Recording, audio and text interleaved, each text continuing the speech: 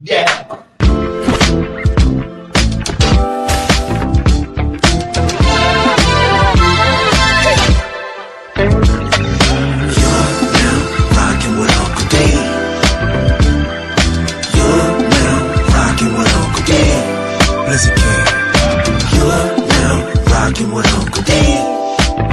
Blizzy King, you're now rocking with Uncle D. Hit subscribe.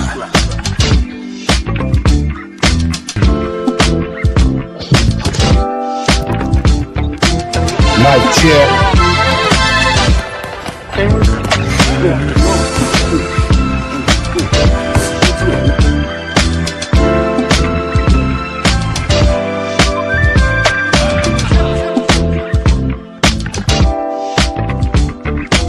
Subscribe to my guy, Uncle D.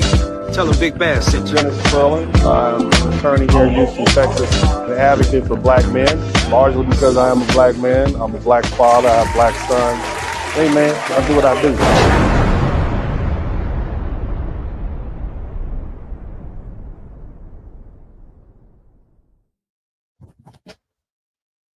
What's up? What's up? What's up? Welcome, everybody. Welcome to the broadcast. Shout out to everybody in the chat room, man. Y'all make sure you all hit the #1 button. Let me know you are in here.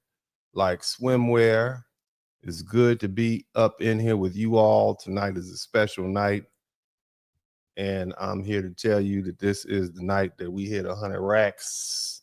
Somebody type 100 racks in the chat room. We are going to be 100,000 subscribers today. Somebody type today in the chat room. Today. And that was the reason why I wanted to make sure I came in. Okay. I want to first acknowledge all the people that's been with me since day one, man. Back since I had 1,000, maybe 2,000 subscribers, people I hadn't seen in years. Shout out to the ranch mob, everybody who's been here with me, man, hanging out, man, doing this thing with me. And the truth is, family, the reason you've never seen any videos of mine go viral. None. Not one viral video, not one at all. Okay. The reason that I'm here is not because of some gimmicky stuff. It's not because of 5 million views and people just hung around. Not because I sparked up some unnecessary beef with somebody. Okay, that's not why I'm here. That's not why I have 100,000 subscribers. Not at all. I have a steady stream of videos and good high quality stuff, in a world driven by sound bites and clickbait and manufactured outrage. I take a different approach. Here on this channel, we examine history, law, politics, economics, culture, current events through the lens of research, critical thinking, and real world experience. What I do on this channel is I explore stories behind the headlines and historical forces that shape our society and from both a legal, political viewpoint and the decisions that impact our daily lives. We talk about American history and world history. We talk about politics. We talk about public policy. I give you a legal analysis. I talk about court decisions. I try to break it down for everybody to understand. I talk about economics, wealth building, Black American history and culture. I don't think anybody's given a cultural breakdown the way I have. But, we also talk about leadership. We talk about legacy. We talk about family. And, of course, I give my social, cultural commentary. It's nothing manufactured. There's no manufactured controversy here. I don't go on people's broadcasts picking fights just so you all can follow me back to my channel. I don't do that. I do research. Okay. It's knowledge. It's truth. I read, I research, I spend time with my family. I go to work, I do my job, and then I come back and tell you guys what I've learned. See, that's the difference between me and everybody else. So as we run up on this 100,000, somebody type 100 racks in the chat room. All my people type 100,000 in the chat room. Everybody in the chat room who's been here type 100,000. Okay, because that's where we at. All we need, we are literally just under 100 subscribers, and we're gonna get that. That's not a problem, but it's a big deal. You know, it's a really big deal. It puts me in the top 1% of the subscriber counts. We're literally 140 people away from 100,000. So that's amazing. Shout out to me. Shout out to me. But anyway, I just want to take the time to give a big shout out to all my guys, man, who've been here for so long, man. It's a big deal, man. It's a really, really big deal. But nevertheless, as I always say at this time, welcome to the broadcast. My name is Dennis Spurling, and we are going to continue with our content. I promise you all this is going to be some hard-hitting stuff. And the name of this broadcast is Democrats, You've Got a Problem. You've got a problem. Okay. Black people like some of the things Trump is doing. Okay. Now here's the thing. I know y'all don't, I know that's not something that you won't spread around. I'm a lifelong Democrat. Okay. Lifelong. The only Republican president that I voted for is Donald Trump. That's it.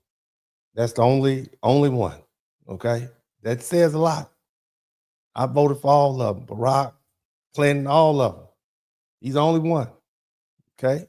Why? Because when I looked at the southern border, I'm like, how many more of these people y'all gonna let up here? Y'all just gonna keep letting these people up here like that? Is Biden, are you awake? Do you see these people coming up here on the side? Do y'all remember that? Do you remember they had them people with dresses on, reading bedtime stories to your children that was fighting about it? Do you remember that? Yeah, I was like, I'm not cool on all that. And again, I'm not the only one. That's what you all need to understand. So again, Democrats, you have a problem. I'm just pointing it out. You have a problem. And it's bigger than Donald Trump. Because see, for decades, Democrats have treated Black America like it was some kind of guaranteed voting block.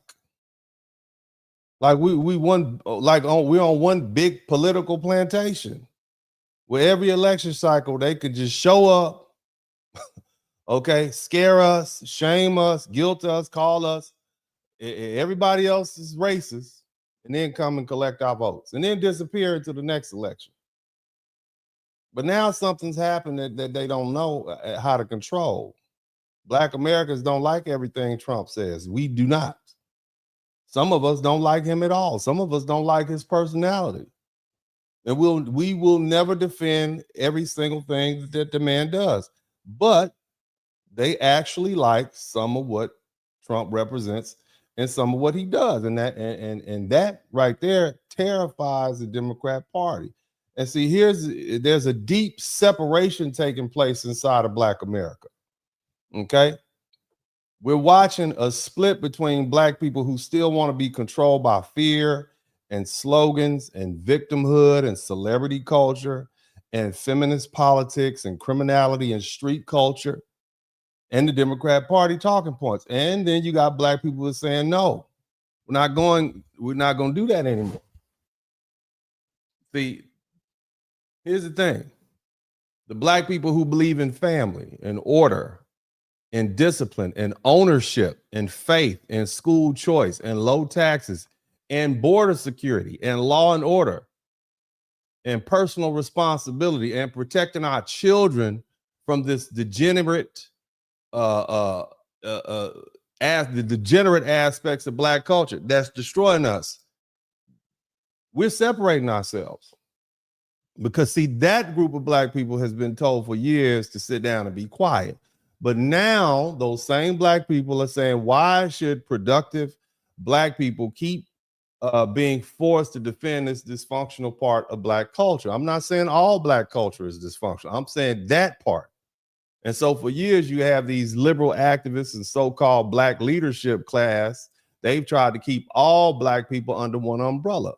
They lump married Black fathers and church mothers and business owners and police officers and military veterans and college graduates and skilled tradesmen. Shout out to all the plumbers and the electricians Shout out to all the contractors and the we got to make sure we acknowledge them because they're the ones that keep this country running and keep it up. Everybody. But we also acknowledge our professionals and our entrepreneurs, whether you got a nail shop or whether you got a tattoo shop. Okay? We're talking, they lump the single mothers in with the responsible mothers. They put the deadbeat fathers in with the responsible, involved Black fathers. The man raising his children is not the same as the man not raising his children. But they put all of us in the same political category with the most destructive, loudest, most embarrassing elements, and I said embarrassing elements of Black America. And the moment regular Black people, traditional Black people, try to separate ourselves from that madness, they call us sellouts. They call us Uncle Toms. They call us coons and conservatives. And they say stuff like, I don't know, just pick. They say we stupid. We don't know what we're talking about, right? And see, that's not an argument. That's a control mechanism. That's pimping. Somebody type pimping in the chat room. That's what that is. They call you names so they can try to control you. It's the way they shame independent, thoughtful Black people into these political traps. And now Black people are starting to realize that skin color doesn't require political submission. Race doesn't require cultural agreement. Being Black doesn't mean you got to support every liberal agenda, every feminist talking point, especially white feminist talking point, every open border policy, every soft on crime excuse, every anti-Black family movement, or every politician who shows up with a church fan, a fake black scent, a fried catfish sandwich, along with some collard greens they done cooked in the goddamn tub, lying, promising, making promises they're never gonna keep. And that said, Black people, look, they don't like Trump. I'm not saying that. But we do like his strength. Black people like direct, unapologetic language. I know that's for sure. Black people like cheap gas and low taxes. I bet that's for sure. And Black people like the fact that the southern border got locked down real quick once Trump got reelected. Tell me I'm lying. Where's the lie? Did y'all keep these people in Chicago? Where's Chicago at? Did y'all keep wanting them people to send them folks up here in those buses coming up to, were y'all happy that they locked that down? Tell me, where's the lie? I'm trying to figure out where's the lie. You telling me you weren't happy that he locked that down? I think they were. And let me tell you something else Black Americans like. We like the idea that America should be taking care of Americans first, even if that means packing up these immigrants and sending them home. Where do y'all have a problem with that? I'm only talking to Black people. Do you have a problem with that? Foundational Black Americans, do you have a problem with that? Most of them will say no. There are a lot of Black people who are tired of being told that every problem in the Black community is caused by white supremacy and absent Black fathers, when we can clearly see that baby mama culture and fatherlessness is a worldwide problem, whether we're talking about Japan or Brazil or Colombia, whether we're talking about first world or third world. It's a problem worldwide. And we also tired about traditional Black neighborhoods like Harlem, New York, Compton, California, East Oakland, California, Fifth Ward, Houston, Texas, are being damaged by Black-on-Black crime, bad schools, reckless sexuality, poor discipline, and a culture that celebrates failure while mocking responsibility. Aren't we tired of that? Are we tired of that? I think we are. And that's where Trump becomes a problem for Democrats. Because see, not because every Black person is suddenly becoming a Republican. That's absolutely not true. I'm not a Republican. It's not because every Black person loves Trump. Most Black people don't like Trump, don't like nothing, didn't vote for him. But let me tell you what Trump did do. Trump gave all black people permission to say out loud what we are already thinking quietly. Trump exposed the fact that a lot of black people are more conservative than Democrats would like to admit. They will never use the word Republican, but they do believe in some conservative things. Black people believe in order. Black people believe in family. Black people damn sure don't believe in stuff like gentle parenting. Not the ones that raised me. We believe in keeping our money. We believe in putting these criminals in jail. We believe men should be men. We believe women should be women, and children shouldn't be sacrificed as some sort of political social experiment. But see, the Democrats ignored that part of Black America because it didn't fit their business model. And we also believe in Second Amendment. Somebody type 2A in the chat room. What that means is the right to stay strapped. We believe in that, don't we? And we also believe that all these baby deletions in the Black community is a big eugenics plan, and it's gone way too far, and it needs to be reined in, period. Like I said, Democrats, you got a lot, you got some real long-term problems, and that's why they've been trying to replace Black people. Y'all don't know that? Y'all ain't figured that out yet? That's why they try to replace us. Well, didn't work.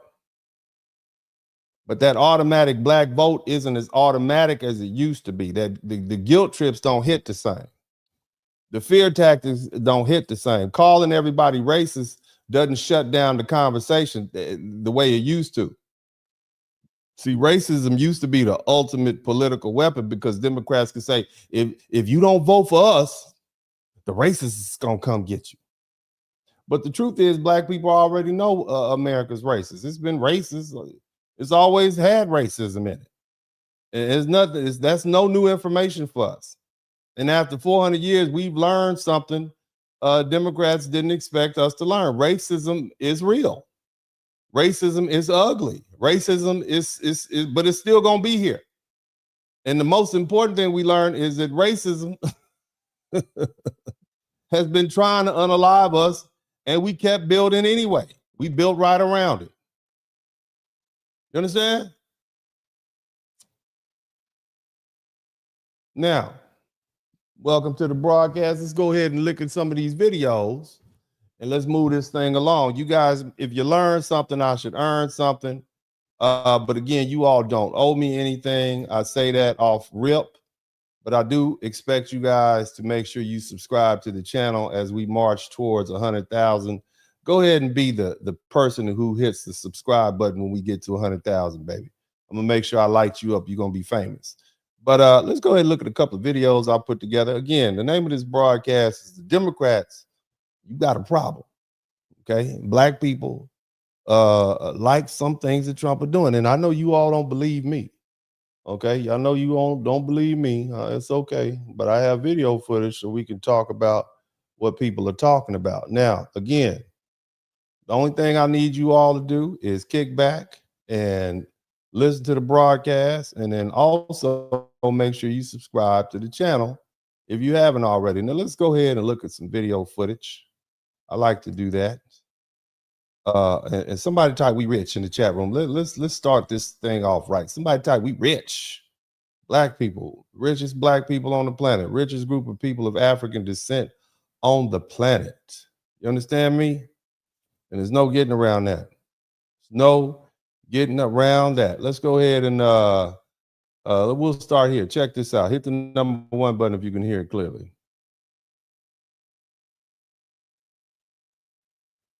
In Hill Park in DC for almost 2 years now, and the water's never been in the pond there. This has never happened before. I was always too afraid to come here because of the homeless people. They're all gone. It seriously looks like Paris. I mean, I've never seen this many people out here. I mean, look, everyone's enjoying it. Everybody. A year ago, Trump said he was going to clean out DC, and he did. It is clean, it's calm, it's quiet, except for the Chipotle down in Navy Yard, apparently this weekend, but I wasn't there for that. The homeless are out. The birds are chirping. The water is in. The ponds. The fountains are working. Thank you, Mr. This is. Now, what this young lady is talking about, she's referring to the fact that when Trump got reelected, he came through DC with the National Guard and military and everybody else, and they got rid of all the homeless people. They removed the homeless people. In addition to removing the homeless people, they also they arrested a bunch of folks because, you know, DC is a different situation than the average American city because DC is basically federal property. It's the federal government. And so he could they enact something called home rule. And with home rule, he can pretty much do what he wants. So now this lady is like, I'm down here at the fountain and it looks great. You see what I'm saying? I'm down here. There's no homeless people hanging out, no drug addicts, no crack fiends, et cetera, et cetera. And she's elated about it. You can't be mad at that. All right.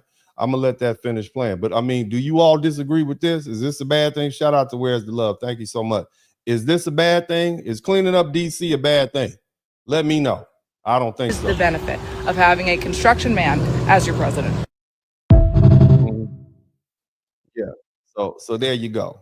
All right. There you go. That's the first video that we have up for you all to look at. So again, no black person with good sense is going to have a problem with that. No black person with good sense is going to have a problem with Donald Trump cleaning up some of these inner cities that black people have been forced to live in. Now, something else I want to let you guys know. You guys remember a while back, you had a lot of several celebrities who were in support of Trump. Did I also, let me just acknowledge that. Again, Where's the Love? Thank you so much for being the first person to contribute to the super chat. You are the first real MVP of the night. But you had a lot of celebrities who came through and they were like, yeah, we like Trump. And they expected there to be like a bigger backlash, but there really wasn't. I think one of the main ones was Nicki Minaj. But let's look at some of this. And I'm going to explain why some of these celebrities are MAGA. Listen to this.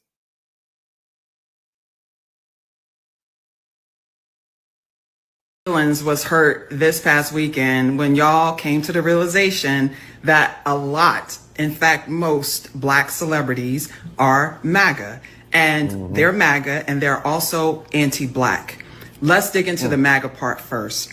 Most people, and this is something that we've all been having conversations about, but now, again, I'm gonna cut her off a little bit. Do you all really believe that most of our black celebrities are anti-black? Or is this just some rhetoric from the left side of the aisle? Do you all believe? Not all, okay? Not all, but most. This is what she's saying. Most of our celebrities, we just supposed to take that at face value, that most of the black celebrities are anti-black. Nobody believe that, but that's what they have to say, okay? They have to tell you they're anti-black because anti-black goes right along with, oh, they're racist. You telling us black people are racist too? Is that what you anti-black? What do you mean? I guess we have to ask ourselves, what do you mean by black? If you mean if by black you are making being black synonymous with degeneracy, ghetto culture, ratchet culture, yeah, most rich people who live in gated communities and put their children in safe schools and came up out the ghetto do not want to be they are anti-debauchery. I would say that, okay, and that's why they work so hard to roll up out of there. Okay, that's what it is. That's why they got up out of there. Matter of fact, most intelligent black people who work hard, they got some cousins and relatives that are ghetto and ratchet that they don't want to be around. Does that mean they anti their own family, or are they just anti that behavior? Let's be honest with each other. Okay, let's have an honest conversation. That's what we need to do. We need to speak honestly with each other. All you rich black people out there with your degrees and your money, are you gonna go back to the hood that you were raised in and park your BMW in the front of the house you used to live in and just hang out, all night? Are you gonna bring your kids to the school that you went to school at? What about your crackhead cousin? Are you gonna take them around your crackhead cousin? Sometimes you find out that crackhead cousin is there. You're not gonna even come to the family event, will you? Does that make you anti-black or anti-degenerate behavior? Irrespective of what it is. I ain't hanging out in trailer parks either. It's not because I'm anti-white. It's just because I'm anti-poverty. I don't want to be around that. But anyway, we gotta listen. So y'all hit. Let's keep listening. Let's keep paying attention. Yeah.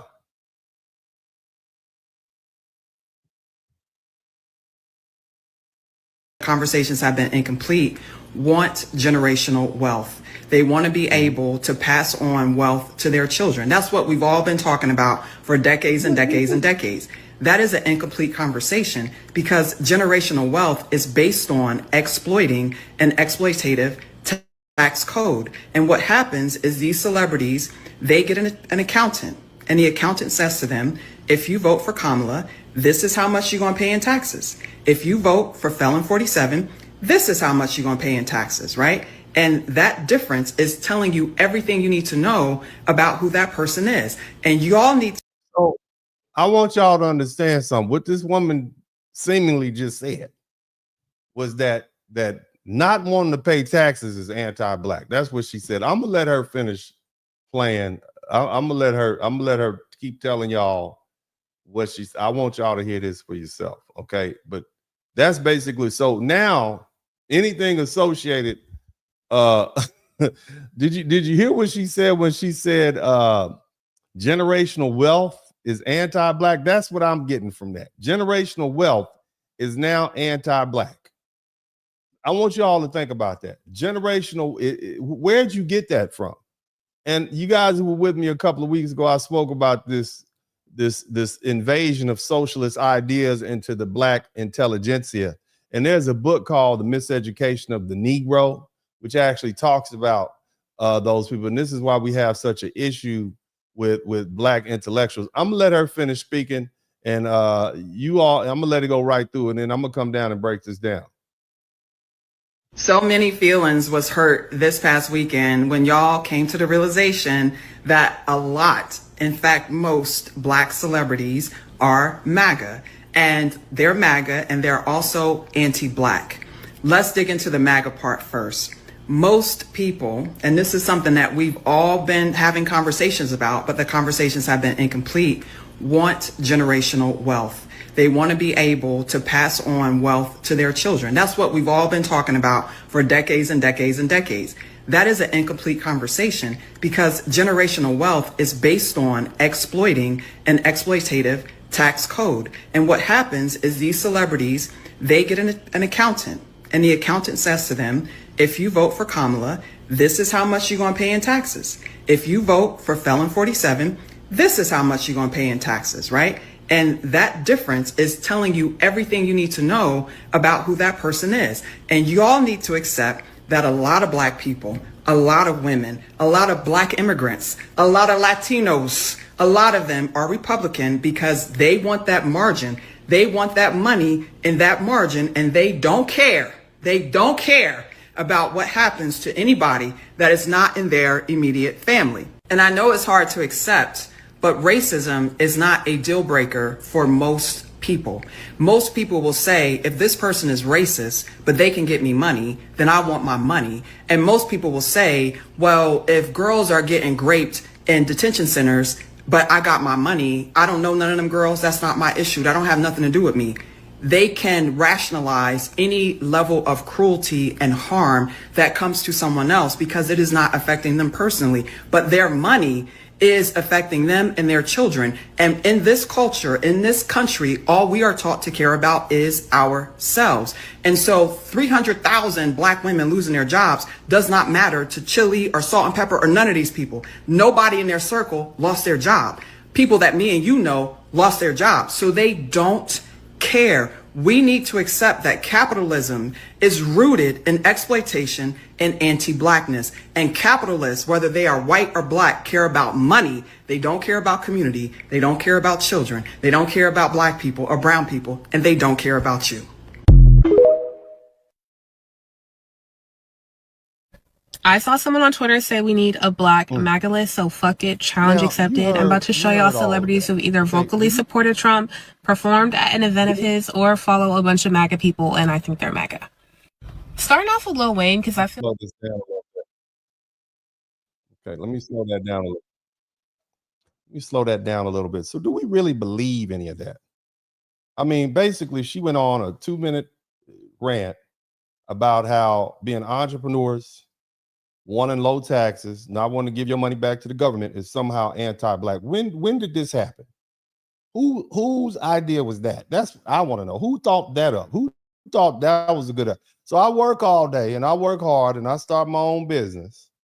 And you know, I'm taking care of my family. And now I'm all of a sudden anti-black because I don't want to help folk that didn't help me get what I have, take care of themselves through my tax dollars. That makes me anti-black. Most of this money doesn't go to black people anyway. I just want y'all to think about that. Just pontificate on that, if you will. Just let that marinate. All right, now let's go through. I'm gonna let the chick come back, who is going to do the second half of this hot mess. And you ask yourself if any of this really makes sense to you. Okay, or does it sound like somebody has an agenda? You do what is in the interest of you and your family and what's in your best interest. I'm not asking you to do anything else. We are not a collective vote. Your vote should be in your interest. Now let's listen to this little lady tell us about complaining about all these black celebrities. Now, if all these black celebrities support Donald Trump, okay, what does that say? Are all of them wrong? I don't know. You tell me. Are all of them wrong? All of you all who might not like Donald Trump or not like the Republicans at all, but you support some of the policies. Shout out to Fuquan, my man. Always good to see you. Let's listen to what else she has to say. I saw someone on Twitter say we need a black MAGA list, so fuck it, challenge accepted. I'm about to show y'all celebrities who either vocally supported Trump, performed at an event of his, or follow a bunch of MAGA people. And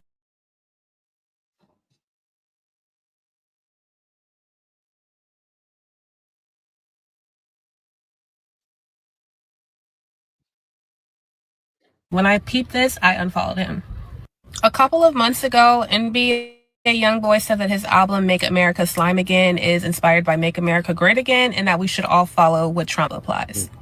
Y'all shouldn't be surprised about this one. Tiger Woods thinks he's a white man, but Tiger Woods is a Trump supporter, and he's actually dating the mother of one of Trump's grandchildren. Tristan Thompson is literally... I mean, at what point, I mean, are we going to stop trying to shame black people by saying, oh, you think you white? Does Tiger Woods think he's white? Do we think Serena Williams thinks she's white because she's dating a white man? When do we get there? I mean, again, it's just some of these policies. That doesn't mean that you're white. That doesn't mean you sold out. It just means you're doing what's in your own best interest. But again, you got a lot of these people who come online who have no idea what's going on with black Americans and who have no idea who we are historically and who we've been historically. They're just only on here shooting off and spouting this ridiculous nonsense to try to convince you something that you don't believe anyway. You want to know what black people think? Go to somebody's house on a holiday and just sit around and listen to regular black people talk after they're watching the news and the crime. Nobody is in there saying, oh, they need to go easy on the people who are out here unaliving other black people. They're not saying that. They're saying exactly what you think they're saying. This is some BS. Let's keep going. Really Canadian, but just visited the White House and was talking about how much he loves what Donald Trump is doing with the country. Some of y'all may try to tussle on if Ice Cube is a Trump supporter or not, but he worked very closely with the Trump campaign on a platinum plan for Black Americans that they never executed, and he was really propping them up with. I mean, did Ice Cube really work hard on the platinum plan, or did he already have it ready? Or was it just something he presented? Because I believe Ice Cube specifically said, hey, this is something we presented to the Democrats and the Republicans, and we were going to be with whoever it was. Why is it that anytime black folks say, hey, well, let's see what they have to offer? You see what I mean? Why is it that it's a problem now, especially when it comes to black men reaching out? I mean, think about it. Most American men vote Republican. Mexican, white. The only American men who don't vote Republican by majority numbers are black men. Now, the fact that black men are saying, hey, you know what? Hold on a minute. I need to vote my interest, and my interest might be with these more conservative policies. Why does that? Who in here thinks Ice Cube is a sellout? I don't. The man's got a black wife, been married to for almost 30 years. He got black sons and black grandchildren. That's a hell of a litmus test for me. But yet and still, he's a sellout. And we don't even know she probably got a white man, and she's probably out there dating white men in a little college in the first place. Talking about who's selling out and who's not. Let's keep listening. So I'm going to include Ice Cube. Waka Flocka has continuously praised Trump, his policies. He tries to say he's not a Trump supporter, but like he's been a vocal Trump supporter many times. So what? All of these, I want y'all to think about this. All these middle-aged millionaire black men are somehow all of a sudden a problem because they like low taxes, shut down the border, all right, get all these people off welfare and send these folk home who not supposed to be here. Why is this a problem? Why is this being vilified? I'm just asking, do you think these immigrants like black people? Huh? Do you think these immigrants who are coming up here from Venezuela like black people? Because last time I checked, there was a study out of Norway, Sweden, that said that Venezuela is the most racist country in the world. And do you think they like, what does it say about the group of people who think it's a good idea to let them folk up here? The Democrat, are they good for black people at this particular point? I'm not talking about the Democrats back in the day when they were reasonable, at least. People could actually, but at some point, it's just gotten a little too extreme. And black people are like, look, you all are going a little too crazy. You're doing too much. But we'll let her finish. Go ahead. Nelly performed at an event in 2025 to celebrate Donald Trump's inauguration. Y'all already know about this bird brain right here. She a bird brain. So Nicki Minaj is a bird brain. She's a multimillionaire. She employs black. What do you do? Okay, and now you talk about Snoop Dogg. Now Snoop Dogg, everybody's a sellout, and you got a whole white boyfriend somewhere that we don't know about, but everybody's a sellout except you. Okay. Snoop Dogg, another one who doesn't get enough smoke. He performed at Trump's crypto ball. Mm-hmm. Another bird brain. You can look at her and tell she's a Trump supporter. Y'all probably saw the interview from the other day of Nick Cannon talking about how he likes some of Trump's policies. What's wrong with that? I'm just saying, Mike Tyson. Now you're gonna talk about Mike. She let it look. Here's what I want you to understand. Mike Tyson said Trump was one of the only people who stood by him when he got that grape charge. And so they're friends. So that makes him a bird brain too for standing by somebody who stood by him. You just throwing everybody in the same bucket, aren't you? Mike Tyson, big Trump supporter. Look it up. The newest MAGA bird on the block. She tried. Everybody's a MAGA bird. Yeah. So many feelings was hurt this past weekend when So again, this is how they're trying to cast black people who say, you know what, I'm not really with all these Democrat policies that you got going on. You're doing too much. Okay, you're out here doing a little too much. And so now all the rest of the black people, right? Again, I'm not saying black people are just out here supporting. That's not what I'm saying. What I'm saying is some of the stuff he does, we don't disagree with. Some of the stuff we actually like. After being paid $10 million for a 4-minute speech on behalf of a candidate who was absolutely mollywopped, Beyonce pledged to never again perform in a red state, which sounds close to impossible at this point of American history because damn near every state has turned. That's all the good states. That's Florida, Texas, Louisiana. So no Essence Fest, no Miami, no Houston. You ain't gonna perform at home now. You only gonna perform in California and New York. That's what you tell them. That's not where your people are. Your people are not there, Beyonce. Love you, baby. Third Ward Beyonce. We love you, Third Ward beat. Okay. St. Mary's Academy beat over there off Wheeler. We love you. But if you're not going to perform in the red states where the black people are, Georgia, you're not going to come here. North Carolina, you ain't coming here. It's going to be hard for you to stay hot. Let's keep it pushing. into a red state for good reason, right? But nevertheless, here we have quote unquote Queen Bee, formerly known as Queen Bee, now known as alleged suspect number 3, right? We got the diddler, we got the fiddler, and then we've got the possible middler over here. But yeah, it's interesting to me how she made this declaration that she would never again be performing in a quote unquote red state, only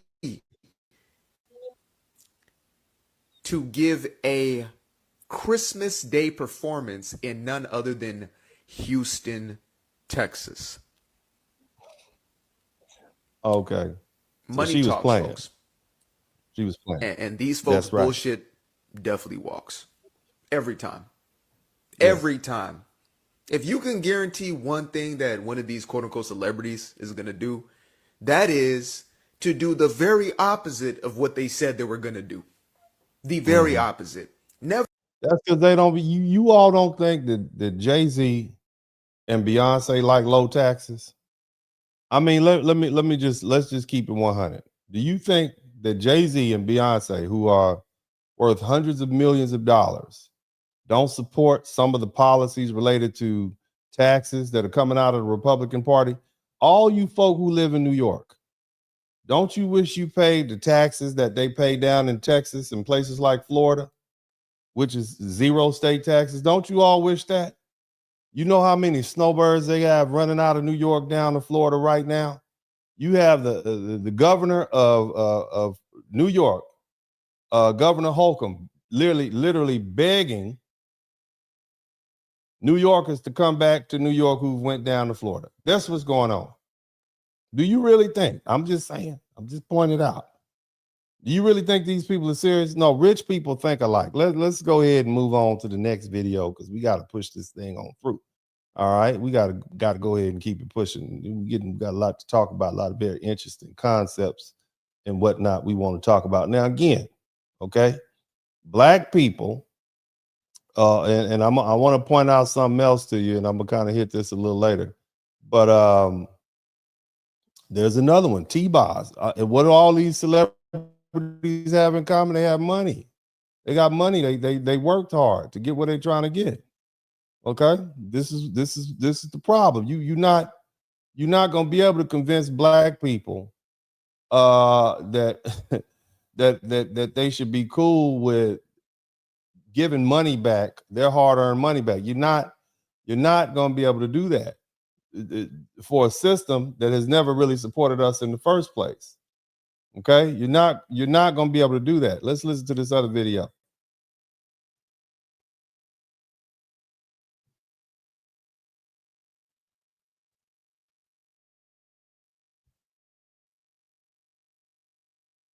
Inauguration, and he was so pressed that recently their planes were next to each other and he posted this billionaire Israel photo. Tina Campbell from Mary and Mary, strong Trump supporter, says it is because of her faith. Kodak Black, another Trump supporter, pretty sure he supported him because he was pardoned. In 2024, Swaley encouraged people to vote for Donald Trump and not Kamala Harris. CTE, Antonio Brown. A lot of people didn't want to vote for Kamala Harris. She's not even black. What's wrong with you? Strongly supported Donald Trump in the 2024 election. Ray J, another Donald Trump supporter, took this picture of Amber Rose celebrating after the election in 2024. Kanye, y'all already know, Donald Trump is his man. Detroit rappers Peasy and Icewear Vazo posted up with Donald Trump in 2024.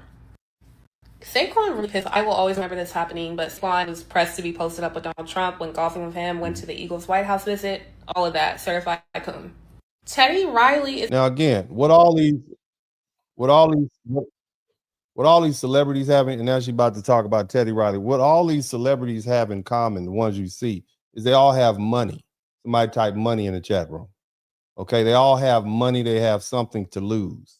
That's what you see in common here. Okay. They are all clearly capitalists. Okay, they are entrepreneurs. They banked on their own talent. I'm just pointing this out because this is laying the foundation for what we're going to continue talking about here. So hopefully I can help you all realize, hey, this is how you really feel. Let's keep it pushing. Is another Trump supporter, I believe, because Donald Trump pardoned his brother. He praised him a lot for that. While we're on the subject of pardons, I was Who's looking into telling us? Boosie, y'all. I think that he is tap dancing for Donald Trump because he is pressed for a pardon. I really think he would support anyone who would give him a pardon, but I don't know. Take with that what you will. Dennis Rodman, big Trump supporter. They've been friends for a long time, and he even was trying to be like a diplomat for Donald Trump to North Korea. Baby, everybody been friends with Donald Trump a long time. Did you not know Al Sharpton and Jesse Jackson praised this man? Did you not know that Donald Trump has photographs with all these black celebrities who were on his nuts back in the day? Did you not know that? See, that's the problem with young people. They just, a lot of them don't know what the hell they're talking about. Let's keep it pushing.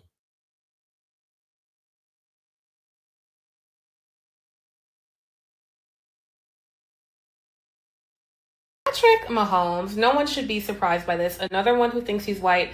His wife is a huge Trump. He don't think he white, baby. He knows who he is. Why is everybody? See, here's the other thing.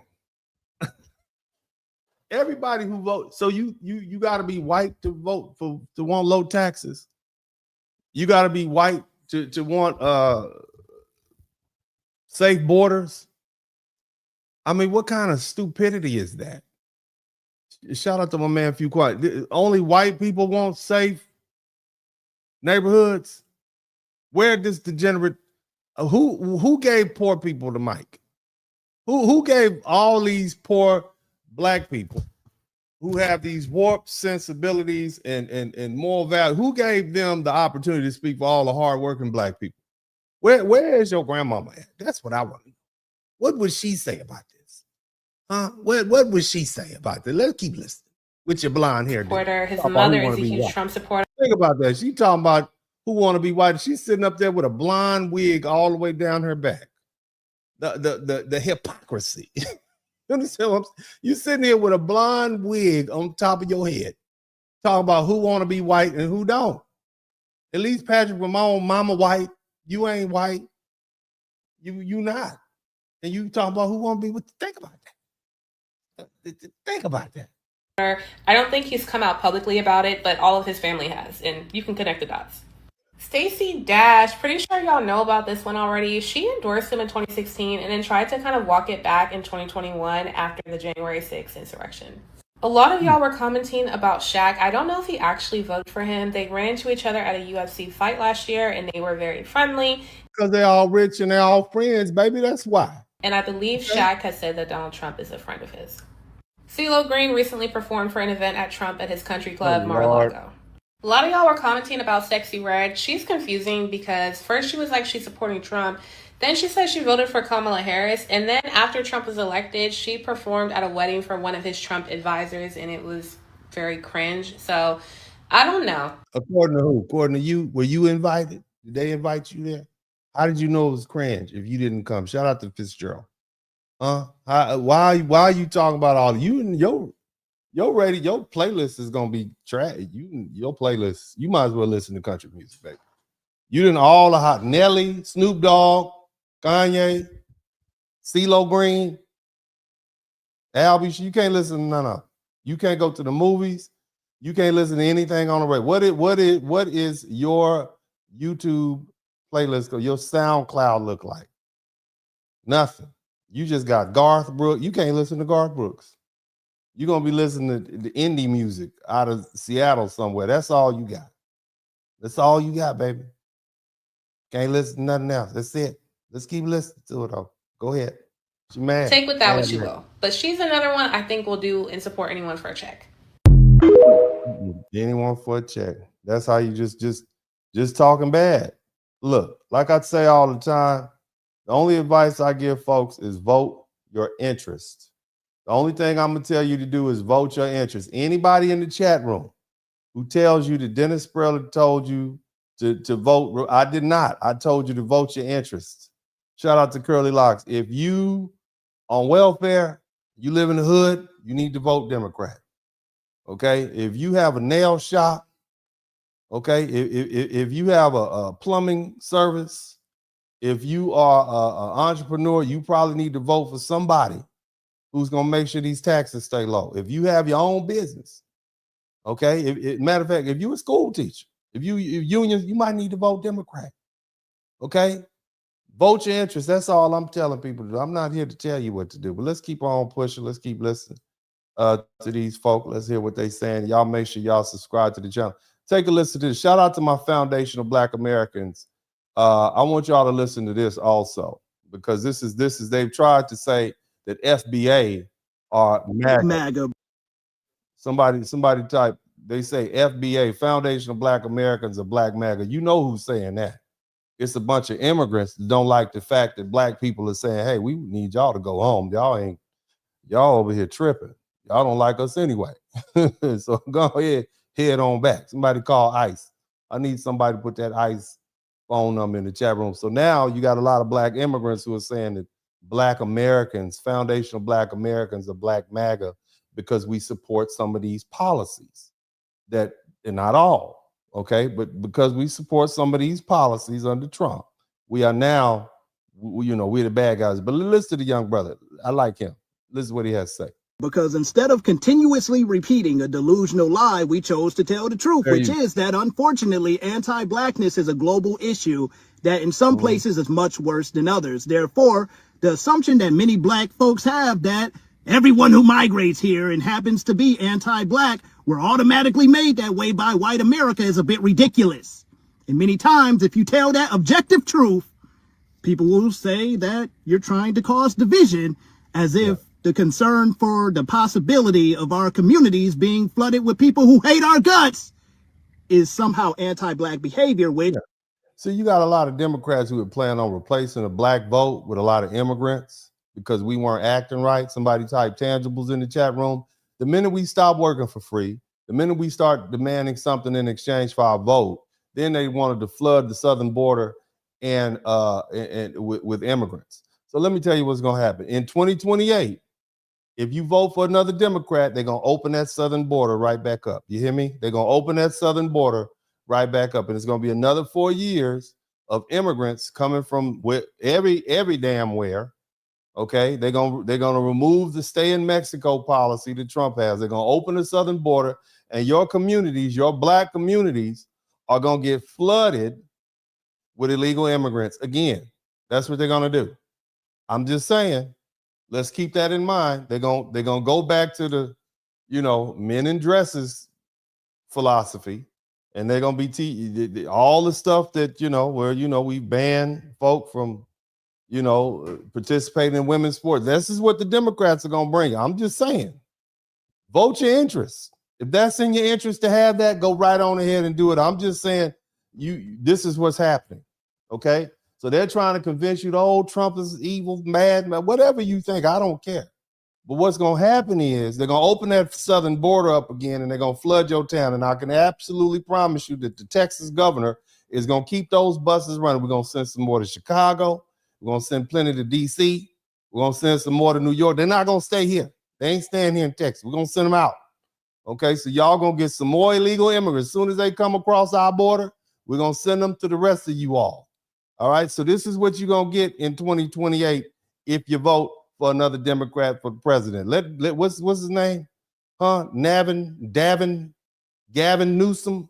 That guy, he's going to open that border up. He's going to run America just like he ran California. Y'all keep that in mind. I just want you to keep that in mind.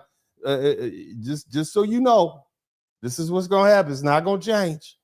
Anybody with some good sense is going to say, hold on, let me determine what's in my interest and not allow somebody just to punk me into voting for somebody because they say, if you don't vote for me, you're not Black. Okay, let's keep listening. Which makes absolutely no sense. Personally, I've never encouraged my people to reject everyone. I just think that with it being clear that not everyone or even the majority of some groups are on the same page as we are or feel as if we're fighting the same fight, because that's what we love to say, that maybe at some point we can collectively stop acting as if we're oblivious to that fact. We're not a bit oblivious. Shout out to that. I'm going to try to get that young brother on my broadcast because I like him. He has a really good, informative Instagram page, and he says a lot of cool stuff. So I'm going to try to get some of these folk up here to give them some give them an avenue to come over here to YouTube. Look, we need not 130 people to subscribe to the channel. I need 130 people to subscribe to the channel so that we can be at 100,000. We have plenty of people in this channel. About a third of you all haven't subscribed. I know it to be true because I look at my YouTube utility section. I need 130 y'all to go ahead. I know you don't like me. It's okay. There's a lot of things you don't like. You don't like Brussels sprouts, but it's good for you. Right? A lot of things you don't like. But that's okay. Because today we're going to have a grown-up conversation. And the grown-up conversation is you need me more than I need you. You need me because I'm going to tell you the ugly truth that you don't want to hear. Okay. That's what I'm going to do. I'm going to tell you the ugly truth that you don't want to hear. Okay.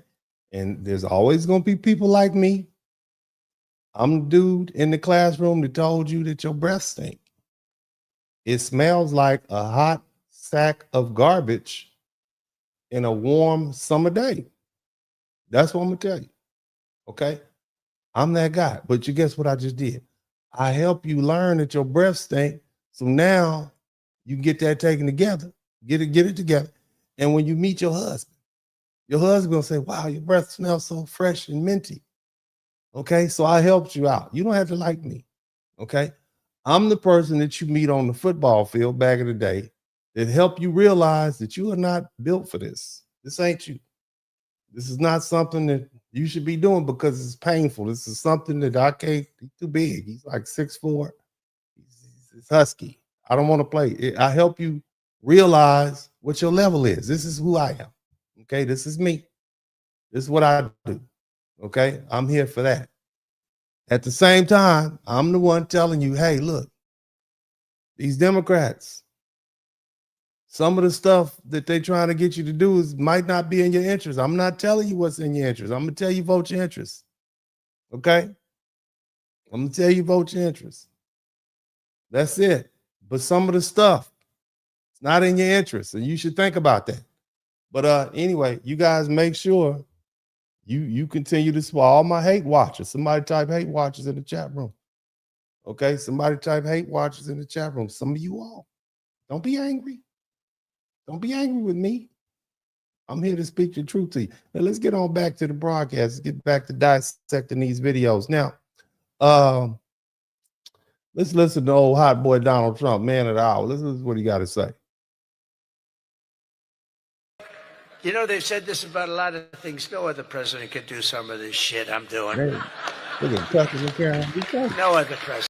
Now, let's be honest with you. It's kind of refreshing. You know, sit up there and talk like regular people. Let's listen to him again. Let's listen to this. This is your president. Oh, I don't want to brag, but you know, they've said this about a lot of things. No other president could do some of this shit I'm doing. You're right. No other president. You're right. The things I'm doing, nobody else. Yeah. Let me be honest with you all. The shit, I'm quoting the president, the shit that President Trump is doing for his people is what Black Americans wish that Barack Obama had done for us. Because we supported that man over 90%, and he would get on there and say, well, I can't do anything for Black people. Trump said, I'm going to take care of mine. Everything he said he's going to do for his people, he has bent over backwards and made other people bend over backwards to get what they want, whether it's putting a conservative government in the Supreme Court on the panel, shutting down, picking fights. The man kidnapped the whole president of Venezuela. You hear me? Just so he can lock down the oil.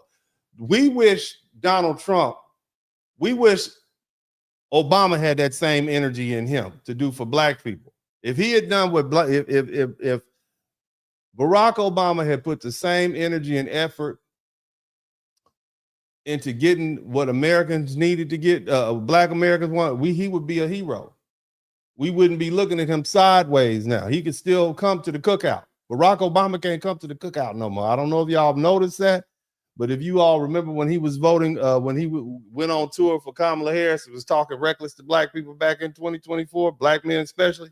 You remember how Black men cooked his ass on the internet? Y'all remember that? Barack Obama he's gonna get fouled at the pickup game. They're gonna hit him in the rib with a rib shot if he ever come to the basketball game again in Philly, LA, Venice Beach, anywhere like that. Okay, I'm just pointing it out to you. But so again, black people you may not like Donald Trump.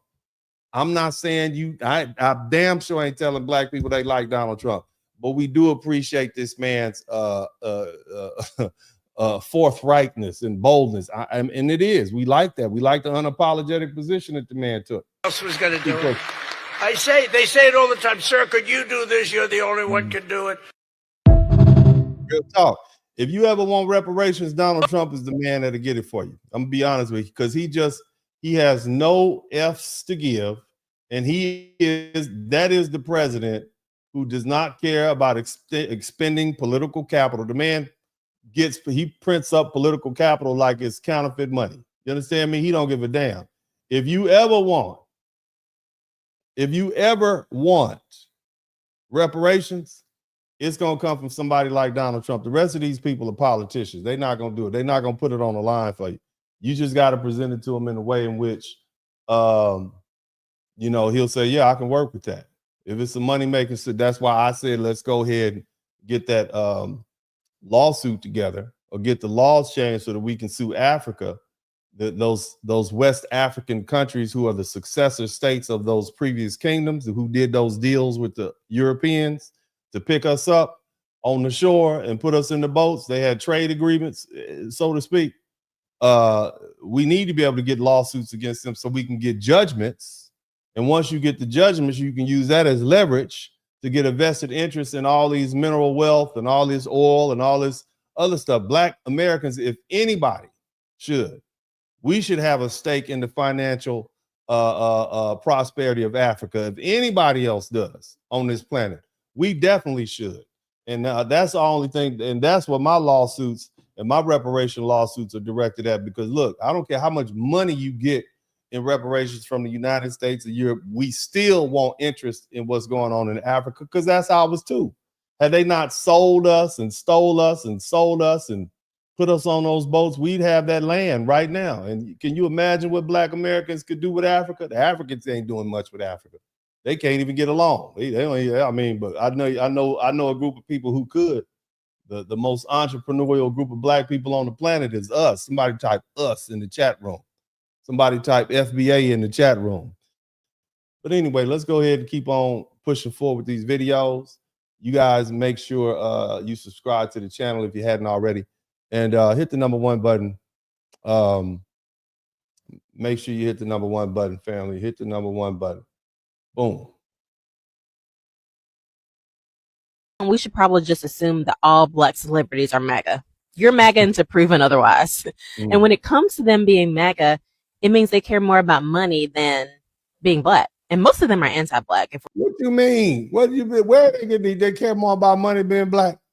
Is this what we said? They care more about money than being Black. Where did this come from? Where did this line of thinking come from? Let's keep it pushing, man. For being honest. I mean, just look at who they date and marry. And that's completely their prerogative. You mean Nicki Minaj? Didn't she married a Black dude, and he is not, I mean, he's clearly, okay, he's not white, okay? I mean, I'm just saying, it didn't come up, who do you mean who they married? Because Ketanji Brown, the Supreme Court judge, she's married to a white man. Kamala Harris, she's married to a white man, right? Name one of these Democrats who are not married to a white man or a white woman. Just think about it, right? All these so-called Democrats. So if that's the litmus test, if that's the litmus test, then you got to judge those Democrats too, in my opinion. But we'll let her keep finishing. Go ahead. Prerogative. You can vote for who you want to vote for, but understand, if you vote for somebody like Donald Trump and openly support him, Black people, who is the majority of your fan base, do not have to support you. No, Black people are not the majority of Nicki's fan base. White people are, baby. I'm gonna tell you, white people, they go to your concert, they buy your records. It's white. Now, Black people make you hot. Black people bring you in the culture. But that when you go to those concerts, it's gonna be a bunch of white folk out there listening to the music. They can go to Stockholm and Australia, it's filled up with white people. Okay, that's that. Just let's be honest. Keep trying. Let's keep Just pushing. like Where you these can vote people for come? whoever you want to, Black people can spend our money on whatever we want to. Who are you speaking for? Who are you speaking for? That's what I. Who are you? So we can't listen to none of the rappers from the 90s or the early 2000s. Okay, we can't listen to Nick. You can't listen to none of the female rappers, Sexy Red, none of them, because you say so. That sounds like pimping to me. Let's keep listening. Our relationship with these stars is strictly transactional. They are not owed our unconditional support. I mean, where are they getting these talking points from, man? Who's coming up with this? These stars? So it's okay for Meg Thee Stallion to pop that thing at the Democrat convention, but the minute somebody else go off the script, it's a problem. But anyway, let's keep pushing.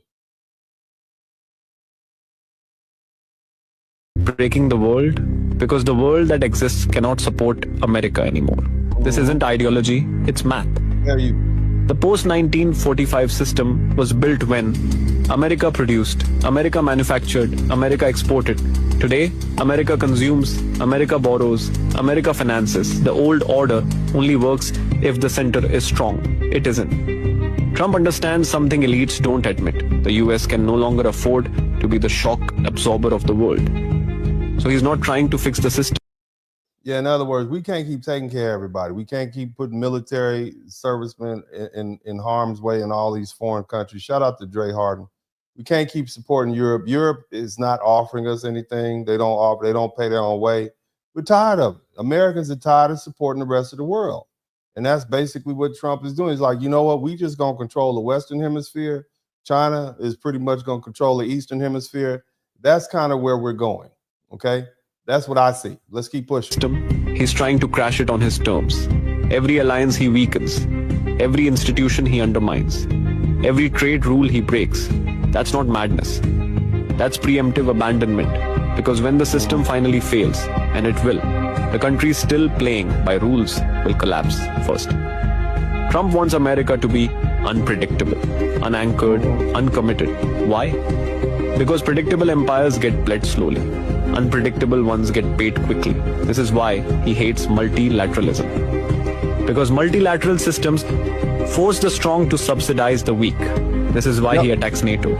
Because NATO is an insurance policy America can't afford anymore. NATO is an insurance policy that America can't afford anymore. Basically, we're tired of playing stepdaddy. Dear rest of the world, America is tired of playing stepdaddy. Okay, it's not our job to take care of all y'all. You need to feed your own people. You need to get medicine for your own people. Okay, you need to fight your own wars. That ain't my fault. Y'all don't even invite us to the wedding. We don't even get to walk you down the aisle. All you all do in your foreign countries is sit up and talk bad about Americans till you need something with your needy selves. When the minute Russia start whooping up on one of y'all want to call them, we need some of those we need some of those Tomahawk missiles. Can America support us with their satellites? No, we busy. We doing stuff over here. Okay? We are resorting our lawn over here. We are making changes and adding amenities to our facilities over here. We don't have time for you. Europe, Africa, Taiwan. We're tired of y'all begging. Somebody type begging in the chat room. We're tired of paying for your security. Okay, we're tired of footing the bill. Okay, we're tired of that. You Europeans and your superiority, you don't even have air conditioning over there. Have you seen the British people? Have you seen their teeth? Y'all need to brush your teeth. Focus on brushing teeth. Get a little fluoride in your water. I know it's supposed to be bad, but you need a little fluoride. Your teeth are brown. We tired of y'all. All that. All you do when they send to Europe, all they do is come over here and cause trouble. Most of these Europeans, they're just troublemakers. Tired of them. All Europe ever does is go to war with each other, fighting Ukraine, Germany, Russia, France, fighting invade. Leave us alone. The last time we invaded one of our neighbors was Mexico, and that was back during the Alamo. We had a little discrepancy. We had a little issue. Okay, we worked it out. Okay, but I'm saying you all just stay invading each other. Little tiny, little shitty part of the world called Europe, and you stay invading each other. That's your problem. And then when you got tired of invading each other, you started invading other people's countries and won't leave, and now you're mad because those people are re-invading you. Period. We're tired of y'all. Y'all need to go get you a job. That's what somebody type get a job. Europe, you all need jobs. You get them 4 days off. We over here working. Hey, we got Americans living in cars, working full-time jobs, 2, 3, just to pay taxes to help fight Europe's fights. We're tired of you all. You understand that? You don't do enough for us. We don't need multilateralism. What we need you all to do is leave us alone. Ain't nobody gonna paddle their boats over here and mess with us. They won't. Look, we are not worried about anybody invaded us. All we need is a couple of YNs from Florida, anybody in Florida, okay? We get some, especially the Panhandle, we get some white boys from the Panhandle, some YNs from around about Orlando, okay? We get 5th Ward, 3rd Ward, okay? We get a couple of chicks from the Bronx. You ain't coming over here, okay? You're not coming over here. We got some, wait till you get to South Carolina and West Virginia. You're not gonna make it out of there. We good. We not worried about what y'all worried about. Shit, yards. But anyway, yeah. So this is what's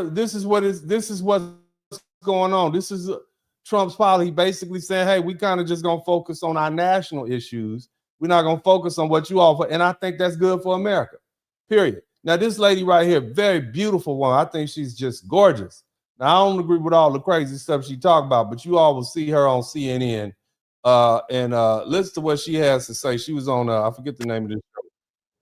I hope I don't get issue with this.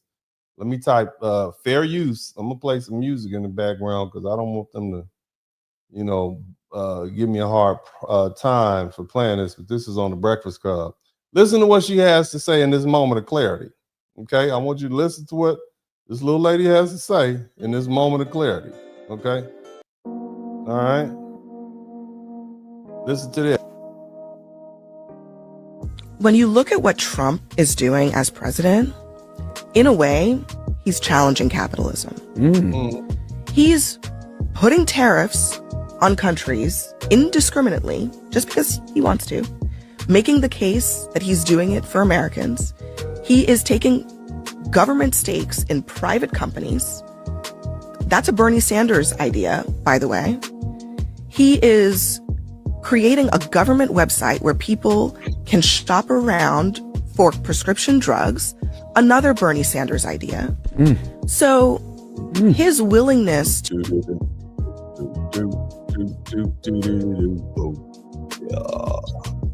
What's up, baby girl? What's up? Welcome to the broadcast. It's Uncle D. Yeah, I'm sorry, my bad. I couldn't help myself. Yeah. Late night with Uncle D. Yeah. To just take some of these ideas the Democrats have been talking about and just do them, no matter how controversial they are, has been one of the things that, whether you like him or not, what people will say about Trump is that he does what he says. And I think that Democrats, one of the big problems that they have is that voters don't think they're going to do what they say. That's a fact. We don't. They say all the right things. We don't think the Democrats are going to do what they say they're going to do because they haven't. Again, as I said, you don't have to like Trump. Most of us don't like Trump. Even some of us who voted for Trump don't like Trump, but we do like some of the things that he's doing. And we like the fact that he typically tries to do the things he says he's going to do. And we wish Barack Obama had that same energy for black people that Trump has for his people. Because if Barack Obama had tried half as hard as to get stuff for black people, he wouldn't get treated like he's getting treated now. But let's go ahead and let this pretty lady finish speaking. But they don't think they're going to do what they say. And so whether it's challenging, you can call it challenging capitalism or challenging whatever, voters want to know that you're willing to buck the system for them. And I think Trump does that right now in a way that really like shakes people up and makes people really mad. But Man, that is man. also why a lot of voters, whether they like him or not, they will describe him as effective. Yeah. That's the truth. You know, I mean, you know, yeah, he might be breaking a couple of laws. Definitely been in a few laws. Definitely up there getting rich. But most black people, most Americans pretty much assume that all politicians are crooks anyway. Let me just keep it one. We assume that all politicians are crooks. And the main thing is, what are we gonna get out of it? What do we get out of you up there? If Barack Obama was doing shady stuff, which I'm sure he was, we don't care as long as Bill Clinton, same thing. We know Joe Biden was out there doing shady stuff. Somebody type Hunter's laptop in the chat room. We know that they were out there doing shady stuff. The question is, are we going to benefit? Okay, but let's keep on pushing. Y'all hit the number 1 button, and let's keep on listening. Let's check this out.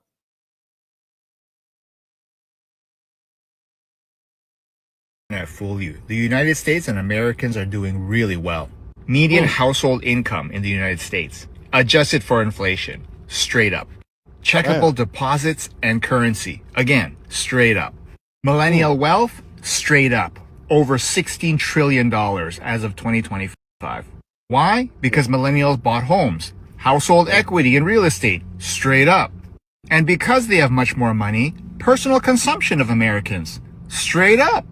Oh, it's because they're borrowing money. No. Household debt to GDP for the United States, straight down. Oh, it's student loans. No, it's not. This is the consumer balance sheet. Almost $200 trillion in assets and less than 21 trillion in loans.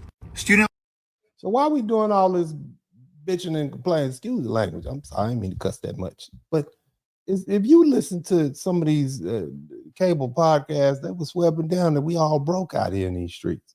But apparently, according to the numbers on the books, we're doing better. I mean, that's what I'm saying. I'm listening to this man just like you all are listening to him. So where's all this complaining coming from? Why do you think they would trying to convince us that we're not doing better if that's what it says? Okay, and I'm not trying to refute what this man says. I'm not supporting. I'm just saying this is what he's saying. If what he's saying is true, we're doing better, but you don't hear that in the news. student loans? Oh yeah, that's that small light blue bar right there in the middle there. If you can find credit card, I think it's another sliver there. Don't let the internet fool you. America's doing really well. If you also want to do well, well, you're right, because that's why you still got people running up here. If we were doing that bad, they wouldn't be coming up here by the millions every year, would they? Somebody type common sense in the chat room. If we were doing that bad off, they wouldn't be trying to come up here by the millions, would they? So just again, family, just take everything you hear with a grain of salt, especially when you got people who have political family agenda. Or a really happy family. Just remember this. Somewhere back in their lineage, they weren't rich or they weren't happy until one thing happens. The one shows up. The one. Remember earlier, the political pundits said that black people, you know, if you want generational wealth, that's somehow anti-black. So if you're that one, if you're the one who lifts your whole family up out the hood, the ghetto, who sets an example, you are somehow anti-black. This man is telling you this is how it happened. Keep listening. I'm the one in my family, just so you all know. The one in every family. If you see a rich family, eventually there's one person who changed it. You see a happy family, one person changed it. In my freaking family, I'm the one in this family. I'm the one. I took all the late nights, all the hits, all the stress, all the worry. I'm the one who grew. I'm the one who went to the events. I'm the one who read the books. I'm the one who did the meeting after the meeting after the meeting. I'm the one who did all that stuff. I'm the one who worked on myself. I'm the one in my family. And now, you know what? I do have a rich family and I do have a happy family. And if you're listening to this, maybe you were born to be the one. Maybe the whole reason you're here is what you're going to leave behind is a totally different lineage in your family. I'm the one. I'm the one. And come over here for a minute. Come over here. Come over here. I got somebody I want y'all to meet. I got to say something to you. Come over here. Come on down here. Come down here. I'm the one. Look at him. Look at him. He got a new pair of glasses. Son, look, come over here. This is my hat he got on. I want y'all to know that. My head used to be smaller. And that's my hat. And he been wearing my hat every day. Please explain to him why you be wearing my hat every day. I can't fit it. Come on in, sir. What's your name? Dennis. That's my name. So you got my name and my hat. Tell the people why you wearing my hat, sir. Because you gave it to me. Hold on a minute. You have proof that I gave you my hat? How can it be my hat if I gave it to you, sir? It's been in my room for the past 2 years. First of all, sir. You don't have any proof that I gave you my hat, but he be walking around with my hat. And like, you know how when y'all like your stuff look better on somebody else than it look on you, it kind of make you feel a certain kind of way. That's how I feel. Can I touch the hat?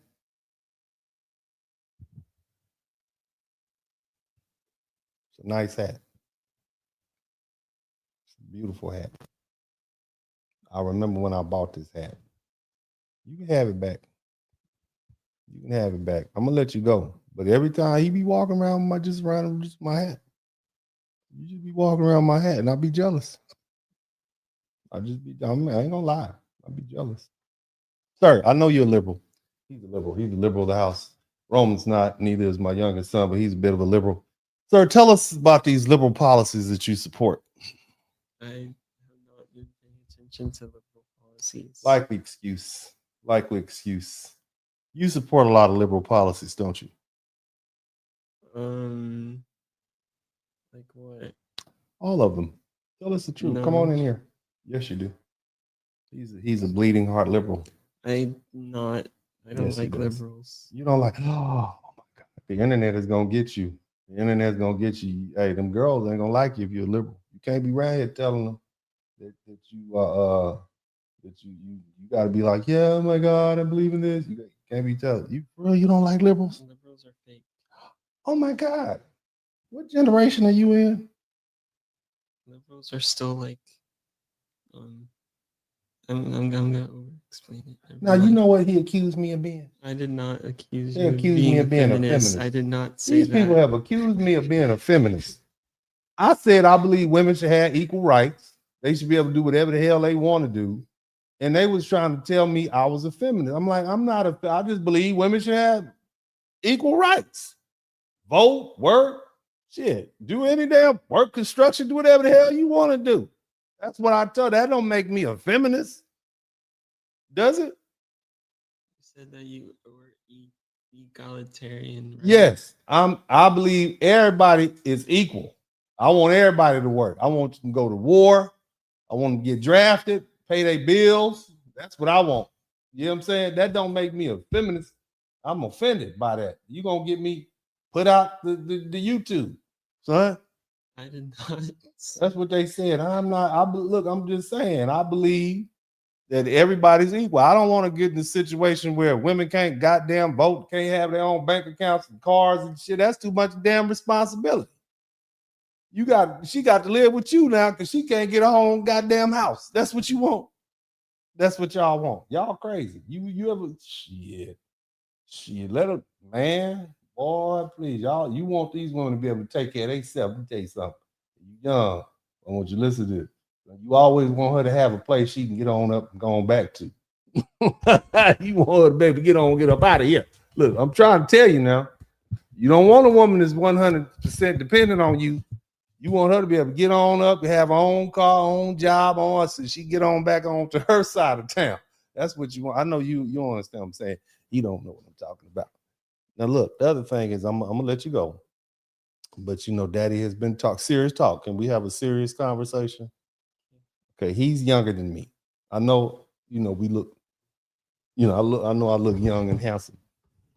But he's a little younger than I am. A little bit. Okay, because he's my son, so that makes sense. But what are your thoughts on some of these some of these policies of our current administration? Go ahead and speak into the microphone.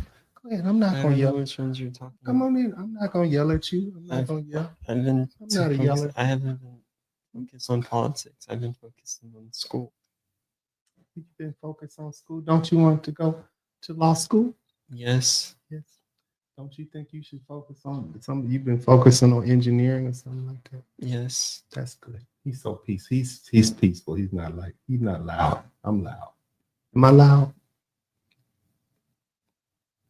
You better not answer that goddamn question.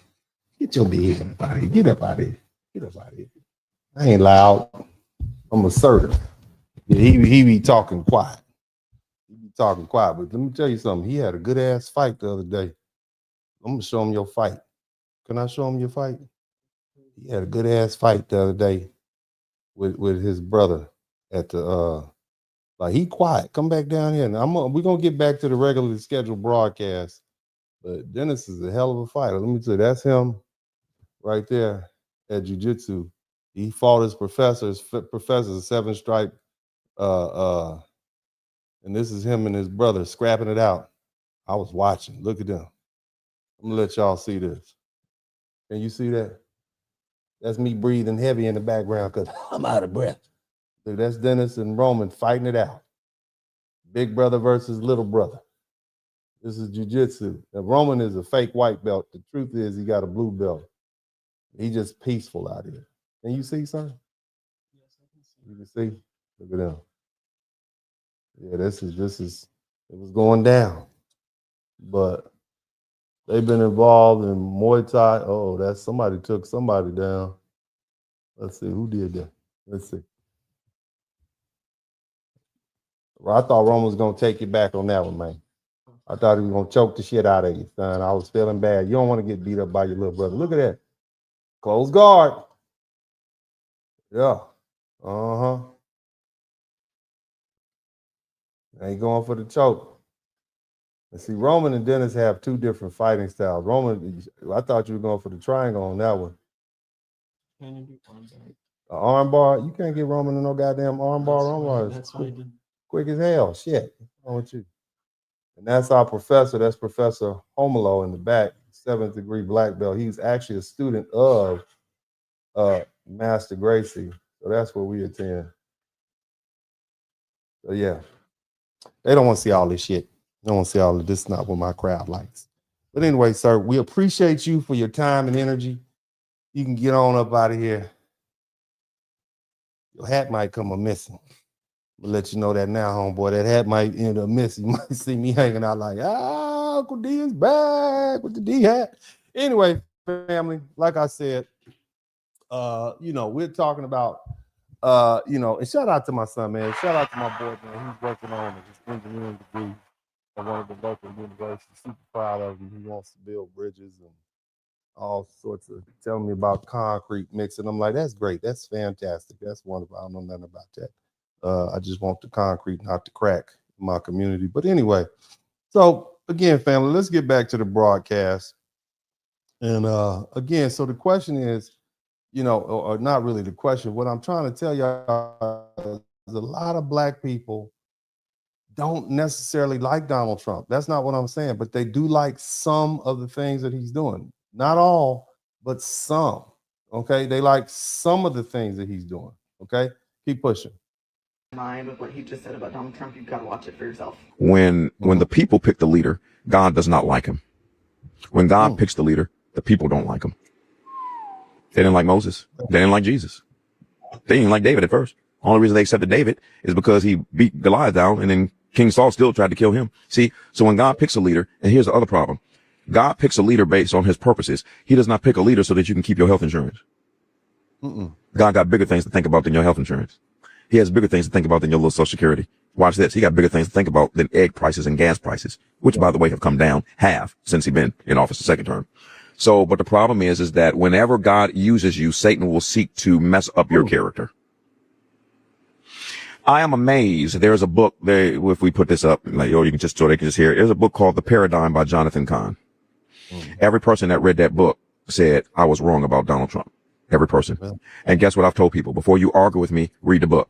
Guess what they do? They don't read the book and try to argue with me. So they'll let me know your mentality. You don't like to educate yourself. You just like to argue. Most people don't know. They don't. It is a simple fact. You know Miles with Worship with Wonders? Yes. Yeah, he's a close friend of mine. Okay. Yeah, him and his wife do worship services in the White House and the Pentagon. Mm-hmm. See, they don't know that they're having Bible studies in the White House.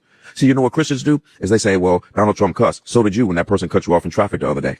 And you know what's worse than profanity? Is your gossip. Gossip is worse than cussing. And most Christians gossip. So while you judging him, you worse than he is because that man has more responsibility in a minute than you do in a lifetime. Okay? So yeah. So the man renewed his faith. I mean, bottom line is you hear this black man saying some things about Donald Trump, and you're really not supposed to say that in the black community. We're not supposed to speak highly of anybody on the Republican Party, but this is man just speaking about it. All right. So again, a lot of black people don't like Donald Trump, but there are some black people who do. A lot of black people don't like Donald Trump's policies, but there are some black people who do. That's my whole point. Okay? Publicly, Franklin Graham is his mentor. People just here in Atlanta, Jettison Franklin, Miles, other people, Wayne T. Well, let me not mention names. Wayne T. I mean, watch this. You remember in the first inauguration, Donald Trump became president? Think it's a coincidence that he asked for all Christian pastors to say those prayers? You go back and look at the first inauguration. It was Franklin Graham, Wayne T. from Detroit, Paula White, a guy named Hispanic pastor who believes in deliverance, Rodriguez. It was, and all of them, when you listen to their prayers, they were actually canceling the curses that were on the United States. That's why all of them prayed in the name of Jesus. Most people don't know that Donald Trump selected them to pray and told them, don't script it. Do what you believe God is telling you to do. Did you know he's trying to get prayer back in schools? Did you know he mandated that every house should have a Bible? Did you know that they have a faith wing in the White House and it has its own office? Did you know that he has mandated for all Christians in the United States to pray 1 hour a week? That's sad. Now again, all my Bible-loving black people, do we have a problem with prayer? I mean, did Barack Obama tell you all to pray? Did he have a office dedicated in the White House to prayer? I mean, what Democrat in recent history had anything dedicated to prayer? We know that Clinton, he was up there getting that sloppy toppy. Okay, we knew that. We know Joe Biden was senile and doing all the stealing he could. We know that. Okay, we know Barack Obama actually unalived some citizens of the United States with strikes. I'm just saying. I'm good, right? It's president. What you got to do. But I haven't yet to see anybody talk about God more than black people. And here you got a black man saying, hey, this is what Donald Trump is doing in the White House. I'm just pointing it out. Again, you don't have to like the man, but some of the policies we do like. Some of the things we do like. We don't have to like Donald Trump. Some of the stuff we do like. I have yet to meet a black person who has a problem with Donald Trump shutting down the porous border that we had during Joe Biden. I've yet to see one black person who has a problem with that. Let's keep listening. This actually happened. It's kind of bizarre. This is literally bunker. Real estate mogul and a television star. But does he really want to add president of the United States to his resume? A lot of people would like him to. Please, let's find out, and please welcome my friend, Donald Trump. My friend. Watch this. Just watch this. This is nuts. We're in an alternative universe. Okay? Because this is not that long ago. Go standing O. Bro, watch this. Just watch how this goes. Watch this. So she's a Republican. That's easy. Yep. But everybody else. Look at Joy. Can't wait to get a hug in. Yeah, everyone's hugging. Look at this. Look at this. Kisses. Here's what I'm trying to point out to you youngsters. All these people that hated Donald Trump when he ran for president were on his nuts when he was just a regular dude, a dude with hotels and casinos and everything. They didn't have a problem with him then. So what does that tell you? It tells me it's politics. That's what it tells me.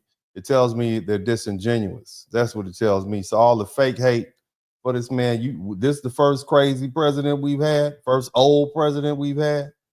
That's what you all are, the first president who's siphoned off some did some kickbacks. I don't think so. I don't think so at all. Hell, the first couple of presidents we had in this country were slave owners. Let's keep pushing. Hugs, kisses to Whoopi. Everybody hugs and kisses. Even Joy Behar. Hugs and kisses. Even Joy Behar hugs and kisses. Watch this. Field day right now. Buddy now that's going to protect them and protect this country, because we're not going to be a great country for long if we keep going the way we're going right now. The audience cheers. Yeah. We will destroy this country. It won't be a war if the economics of this country keep going the way they're going. We're not going to have a country. You're kind of a social liberal, Donald. You know, you're a social liberal. Could you actually get the base to vote for you in the primary? Well, every poll is saying that I'm the one that does the best. They're doing polls. They actually have you a higher approval rating than Mitt Romney, Tim Pawlenty, John Boehner. Yeah, let's just point out that Trump won this recent election in 2024 overwhelmingly. He won all of the swing states. Let's keep that. Just be reminded of that. Let's keep pushing. Let's just pause and think.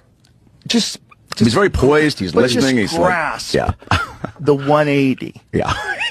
That the media has taken on him since he decided to be president. When you see the machine go after a guy, we've never seen the machine go after someone as bold-faced. The prosecutions, the Russiagate stuff on television every night, all of it. And then to see just a few years ago. That's right. Your eyes did not deceive you. That was Donald Trump on The View. And that wasn't that long ago. You see how they were treating him? They were loving him down. Hugging each other, giving kisses, and then all of a sudden, everything just changed. And that just lets you know just how fake all these Hollywood people are. They was all over him. Oh yeah, he was a darling back in the day until this man decided to run for president. I'm just saying, look, vote your interest. I'm not telling you what to vote for. At this point, I'm explaining to Democrats you have a problem. Okay, because you're not going to get all these black folk back on the Democrat plantation. It's not going to happen. And a lot of it has to do with the fact that black people are now very rich. We're very successful compared to the rest of the black folk. Now, if you want to compare us to people who've had a 400-year head start, that's one thing. But if you want to compare us to the rest of the black people on the planet, we're the richest group of black people on the planet. So let's start there. And a lot of that has to do with the fact that now after 60-something years of voting rights, et cetera, we're at that point now, middle age, we have property, we have land. Over 60% of black people are upper middle class are rich. Now flip the script, if you take it back to the 1960s, 63% of black people live below the poverty line. So we're a different group of people than we were. And see, the numbers tell the truth. And so your perspective changes the more money you get. You see, and you can't sell us the ideas from the 1960s. Those same ideas don't buy purchase in 2026. That's what I'm trying to help people understand. But listen to what this gentleman has to say. He's going to talk to you about your financial peak. 50. Dude, I didn't start making any money until I was. I want to touch on that. Till I was real money till I was like 36. No, that's subjective to a lot of people. What's real money? I mean, I appreciate you asking the clarifying question. I never made more than $300,000 a year until I was 36. Never. So for those of you that are out there that are 27, 28, 30, and you're like, man, these guys are rich. First of all, most of the people that tell you they're rich are not. Don't get caught up in the fact that you're not where you want to be in 3 months or 3 years. Somebody type is greater later. Somebody who's been here for a long time with me type is greater later. And also this idea that you're going to start working at 20 and retire at 30. Like, no. Guys, let's. There's so many people that believe that. Dude, like, what world do you live in, bro? You don't go from making $80 grand a year to making $27 million a year. You go like, I'm at 80. How can I get to $150? And if it takes you my first million, I didn't make my first million a year until I was 43. 43.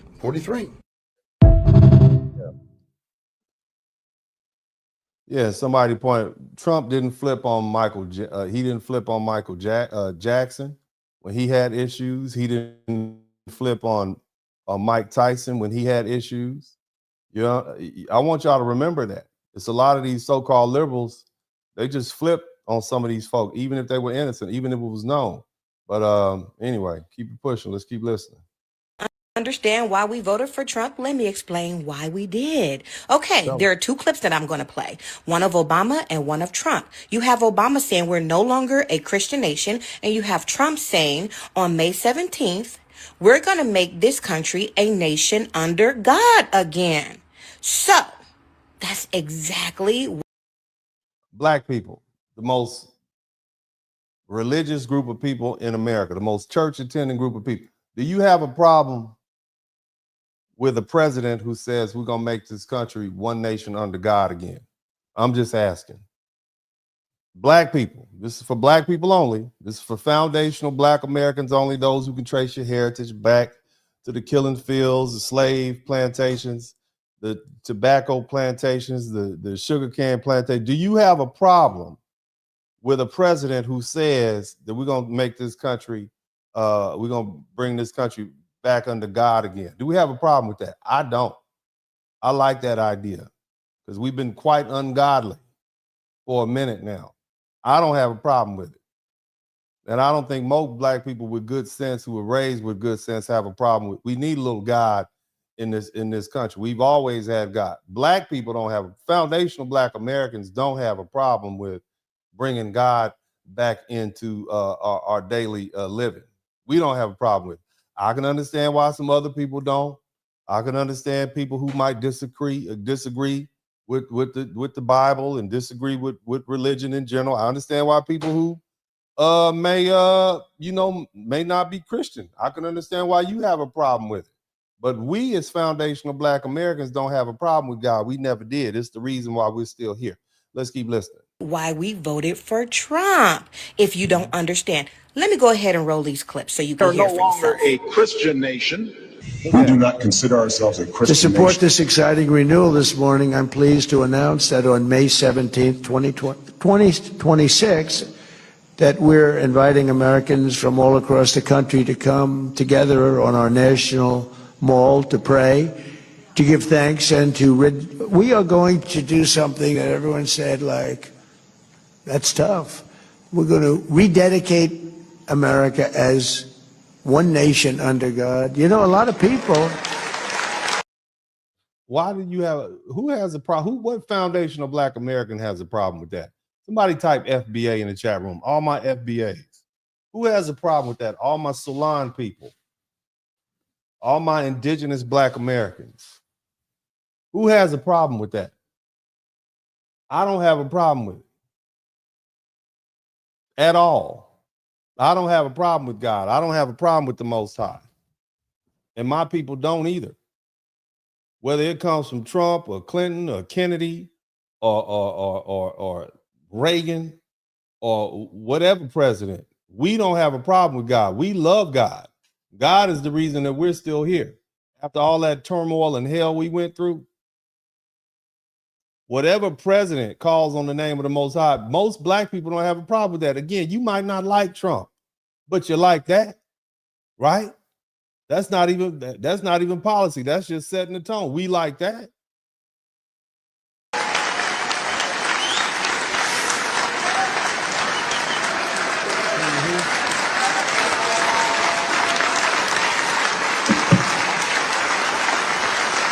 I don't have a problem with it.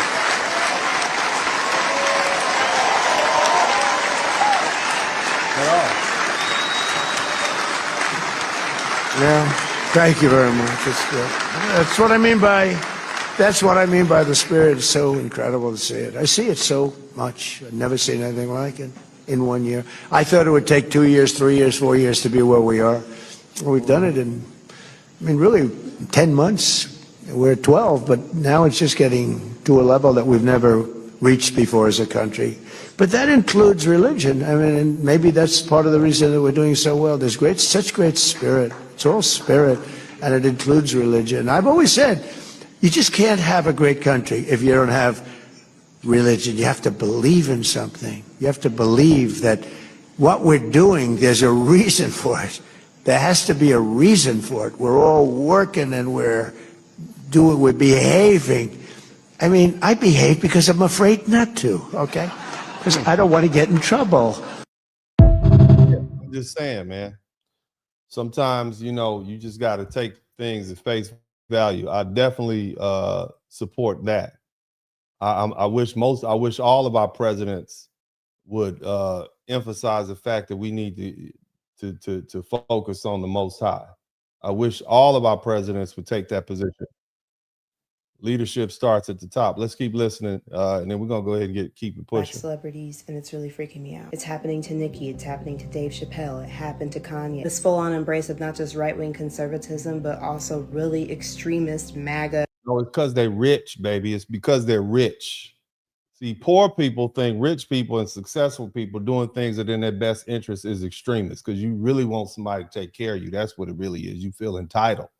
And the reason you feel that way is because you were brainwashed by your leaders between the 1920s and the 1970s into believing that you are owed something. See, before that, before the 1920s, Black people were builders. Now we are beggars. And the question you should be asking yourself is how that happens. And because I know most folk don't actually read books, I'm going to invite you to read a book called The Miseducation of the Negro by Carter G. Woodson, where he goes into details and explains that the intellectuals who were tainted by socialism and communism were constantly telling Black people, the poor Black people, that, oh, well, you know, capitalism wasn't going to work for you. And in reality, the poor Black people who had their shoe shine business, their plumbing business, their electric business, they were farmers, they were steady doing well. Okay, steady is the Ebonics term using me. They were continually ongoing doing well, okay, with their businesses. And those are the people that developed the schools and the churches and the communities and the neighborhoods.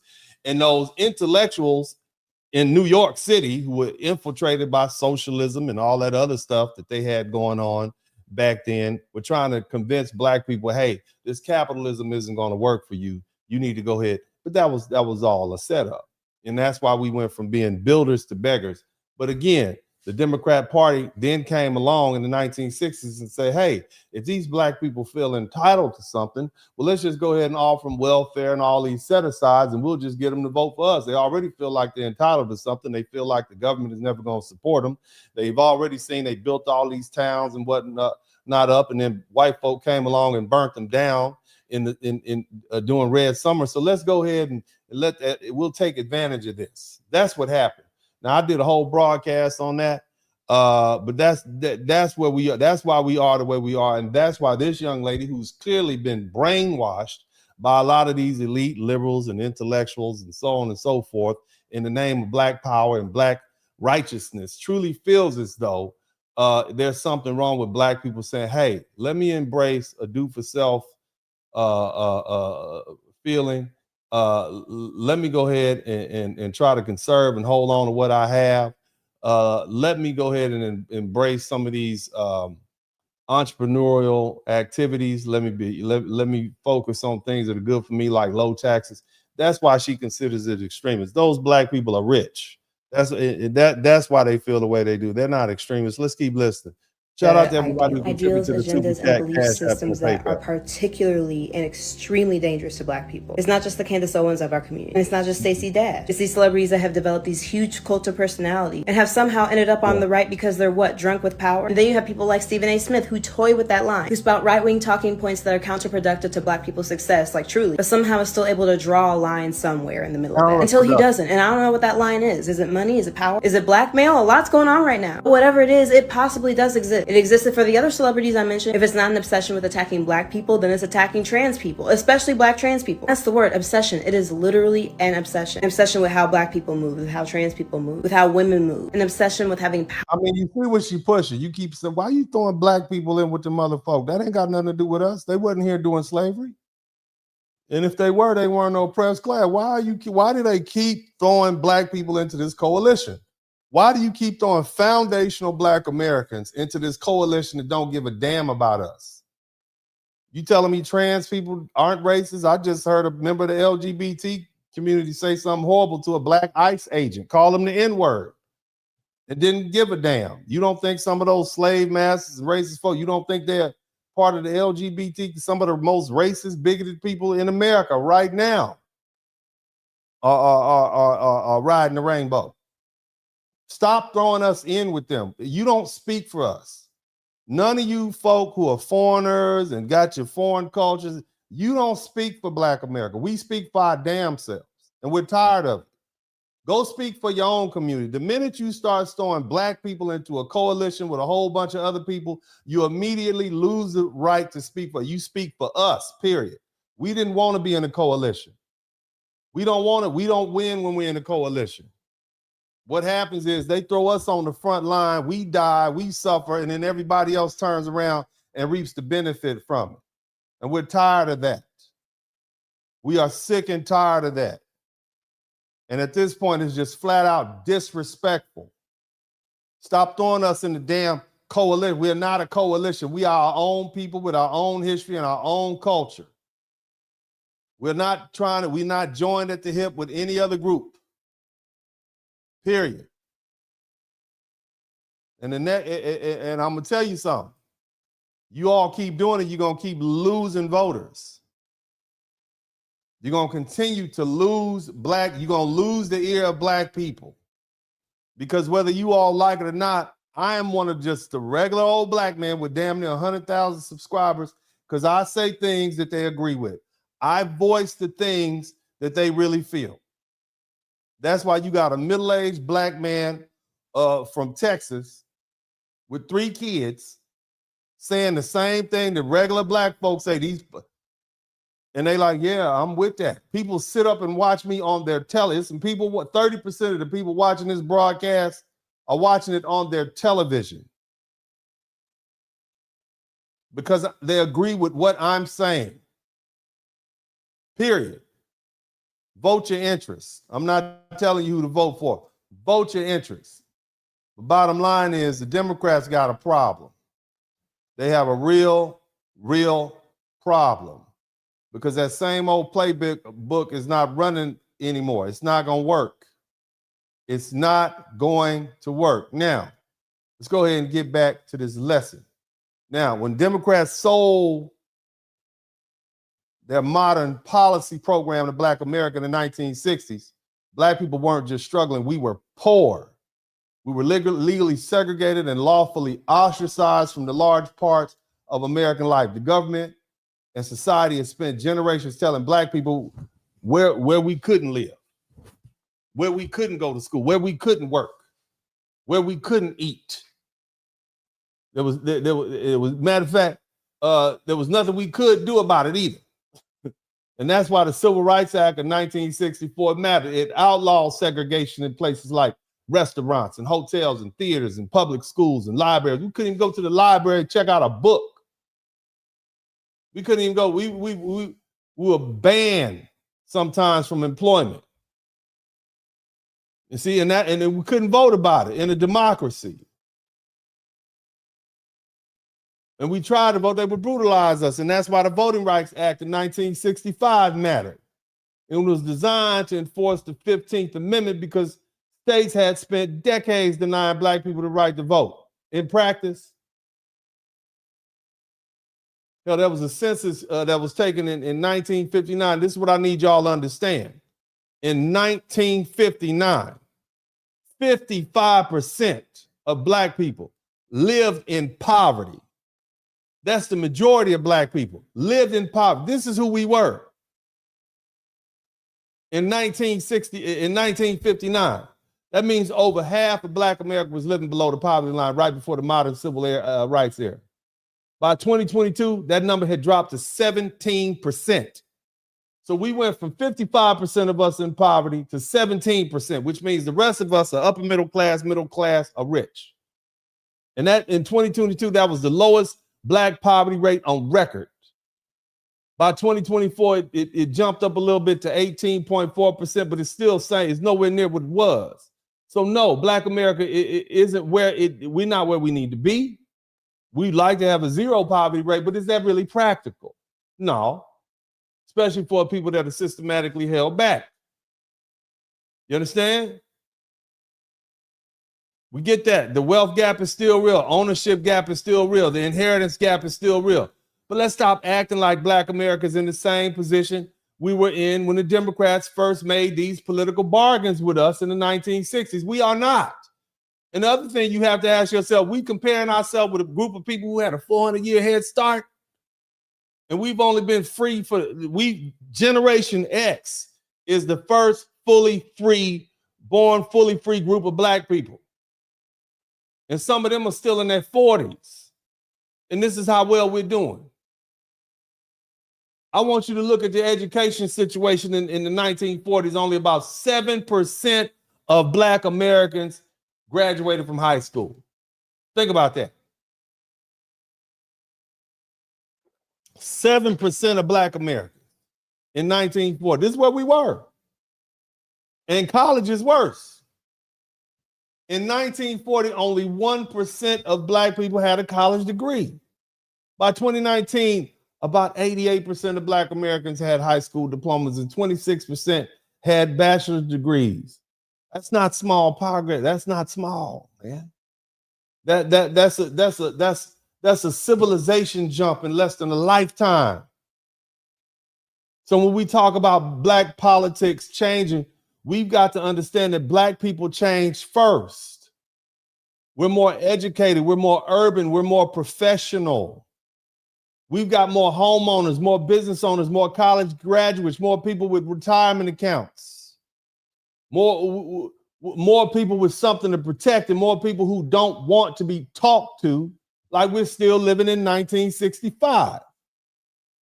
And that's why Democrats have a long-term problem.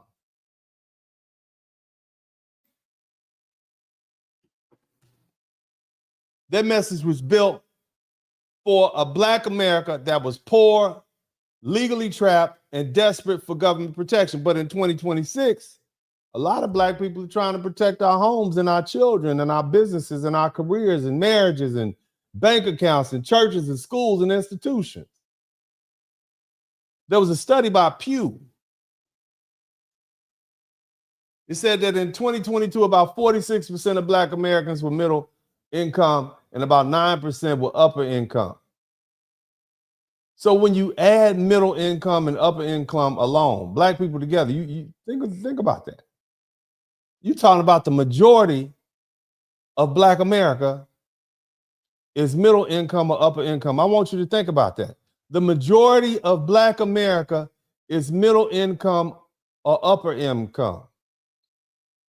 And that's money changes how people think. You understand me? People with something to lose don't always vote like people who have nothing to lose. Does that make sense? We're not the people of 1965. We're the people of 2026. People with something to lose don't vote like people with nothing to lose. And let me run this back to you. Again, Generation X, very important generation. It's the first black generation born after the Civil Rights Act of 1964 and the Voting Rights Act of 1965. In plain English, we're the first black generation born fully free on paper with all the legal rights that our parents, grandparents, and great-grandparents were denied. That's us. Somebody type X in the chat room. Somebody type Gen X in the chat room. Somebody type Gen X in the chat room.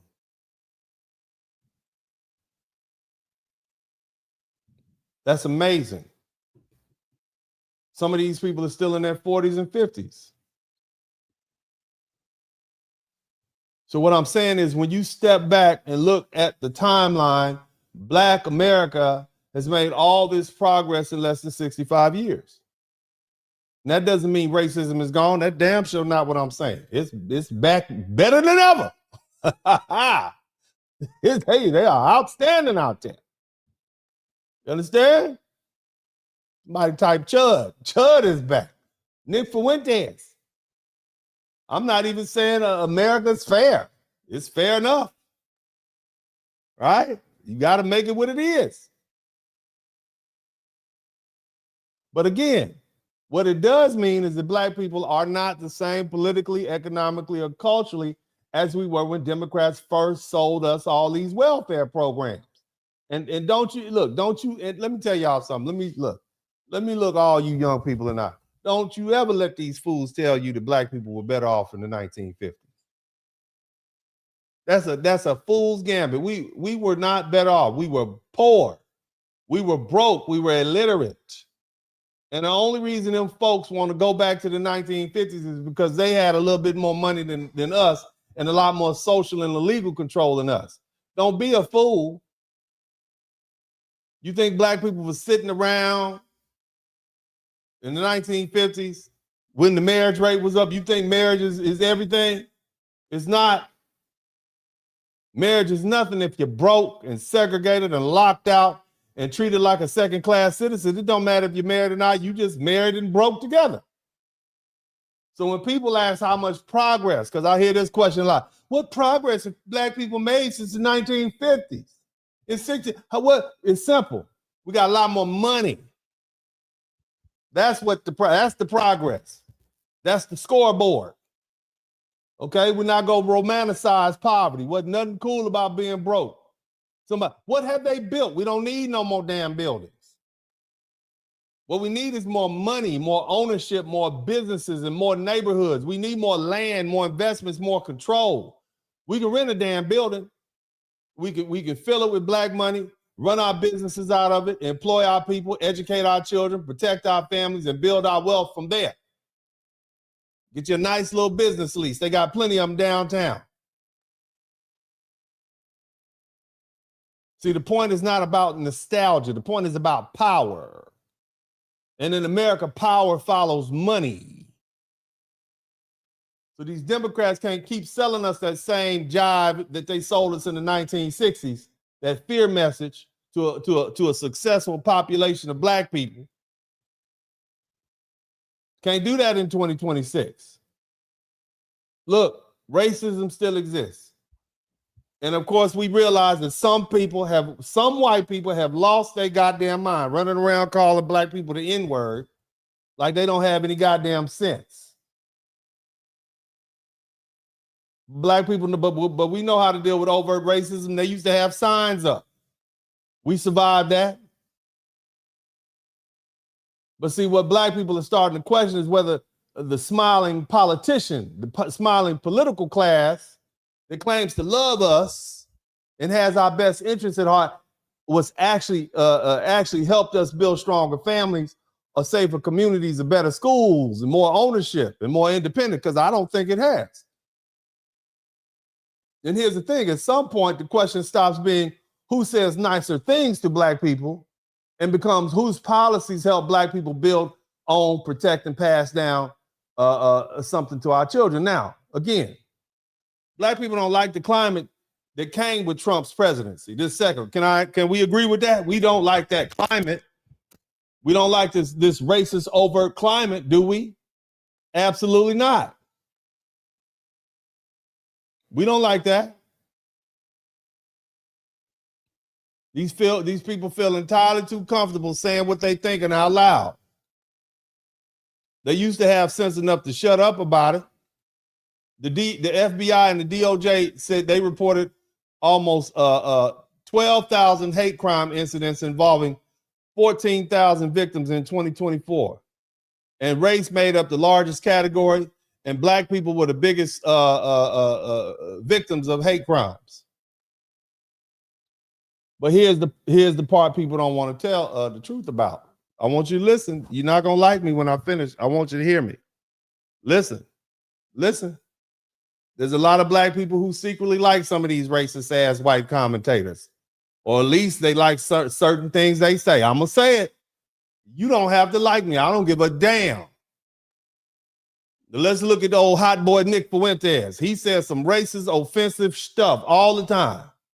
But if you look at his spaces, there are black people and other non-white people who still watch his content. What does that tell you? It doesn't mean they agree with the racist rhetoric, but it does mean something. It means that some black people are so frustrated with degeneracy inside of the black community that they'll listen to somebody they don't even like because he's saying out loud what a lot of traditional, regular black people have been saying privately for years. Tell me I'm lying.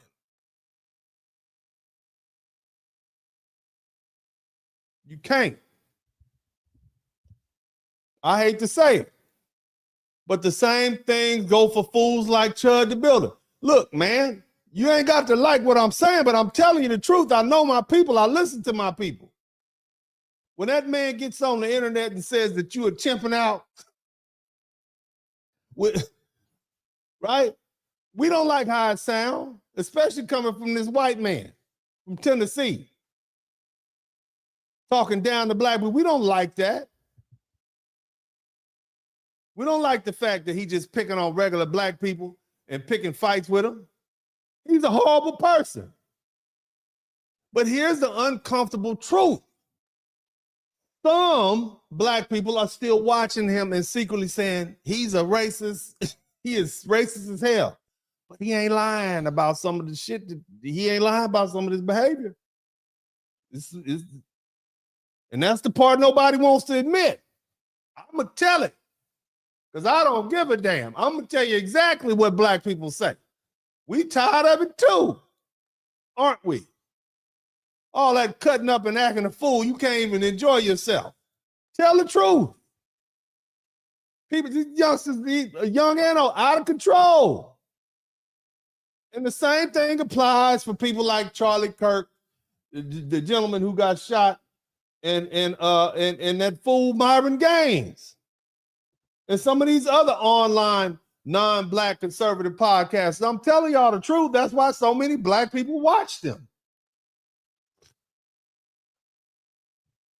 We don't like everything them fools say. We don't like how it sounds coming out of their mouths, especially since they're non-black, non-FBA. We don't like it. We recognize the harsh racial overtones and the contempt. But some black people are still happy because that's what they've been saying for years. We've been talking about black on black crime, haven't we? Haven't we? We've been talking about how horrible it is, but every time you say something about it, why we talking about? So you can't say nothing. We've been talking about baby mama culture. We've been talking about absent fathers. Can't say nothing. We've been talking about degenerate behavior. We've been talking about reckless sexuality, ghetto ass neighborhoods, no disciplined children and grown people. No order. You can't shame them. No damn standards, no accountability. But when you say it, guess what they call you? Oh, you a coon. You a sellout. You Uncle Tom. You acting white.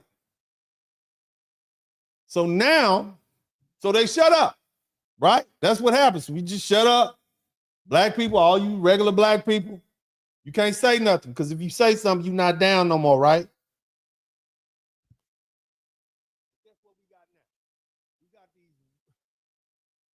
Got these white people acting as black avatars. Somebody type Babatar. We got white people acting as black avatars. We got Babatars saying things that a lot of regular black folk want to say to these degenerate side of our own culture. You see? And that's why this whole racism conversation is more complicated than the Democrats want to admit. We don't like white people talking down to black people, but at the same time, this behavior needs to be called out, doesn't it? Does it need to be called out? Y'all cool with it? Huh? I'm not cool with it. You got all these black folks destroying the image and our safety and our stability and in the future of black America, and a lot of regular black people are tired of being forced to defend them just because they lump us all together because they're all black. We tired of that. Tired as hell. Some of these people, you went to the military and served for years and you went home and now you got to live next to some clowns. Acting a fool, smoking weed, cutting up. It's the same reason black people call the damn police when the foolishness in the neighborhood gets out of hand. Tell the truth. When we see these young sidewinders out here terrorizing the black folk in the community, acting crazy, threatening families, turning the block into a goddamn circus, shooting and stealing and fighting and breaking in cars and making regular black people scared to live in our own damn neighborhoods, who do we call? We call 911. That's who we call. And that's not just talk. The Pew Research Center found that 38% of black adults, grown people, said police spending in their area should be increased. Pew also found that black adults wanted police funding in their community to either stay the same or be increased. Did you hear me? So that whole defund the police was never a black thing. And don't let these activists fool you. Regular black people have real concerns look, we got concerns about police brutality and police abuse. We have a problem with that. Okay, but we still want order and safety and somebody to show up when these fools get to cutting up and acting an ass, don't we? And then guess who they gonna send them big white boys with them bulletproof vests that just gonna show up and jack them YNs up and throw their ass on the ground. We get it. We understand the racial history behind it. We know that there's some fear and racism and it's all mixed in.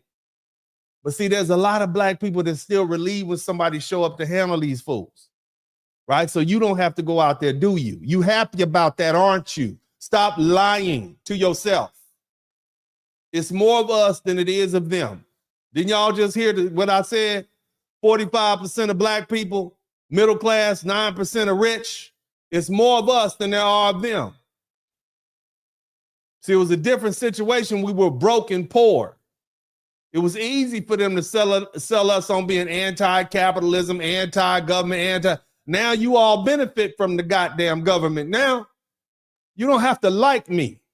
I don't give a goddamn if you like me or not. But I'm speaking and telling you exactly what black people think, real black people, not these fools in New York, not these clowns in California, not all these people on these talks, none of that. I don't give a damn about none of that. This is what real black people think. I know it's terrible to hear, but this is the unadulterated truth. And that's why Democrats have to stop pretending black people only care about racism. Again, Pew found it in 2024, 76% of black Americans said strengthening the economy should be a top priority because we're concerned about our money. 79% of black people said improving education should be a top priority. They said 68% said reducing crime should be a top priority. This is where black America's priorities are. So yes, racism matters. It matters. But money matters more. Education matters more. Crime prevention matters more. Safety matters more. Families matter more. Living in an ordered society matters more. And that's how a lot of black people really feel about this whole situation. We don't like it. We know Trump brought in a whole bunch of racism. And whether you think he's racist or not, the goddamn racists think he's a racist. So that's all that matters. But we've dealt with racism before, haven't we? Black America, have we been dealing with racism? How many years now? We still here. We survived it. What's more dangerous? A soft, smiling, political version of damage that claims to love black people while pursuing policies that weaken our families, destroy our discipline, flood our communities with dependency, replace our political leverage, excuse black criminality, and then tell us to keep voting the same way while our outcomes keep getting worse? Is that better? See, here's the thing. Black people have become a lot more politically sophisticated. And black people are realizing that running back to the Democrats every time somebody says something racist is not a strategy. You can't stop people from saying offensive words in a free society. That's why it's called a free society. The answer to overt racism is not political panic. The answer is insulation. Listen to me. You're learning something.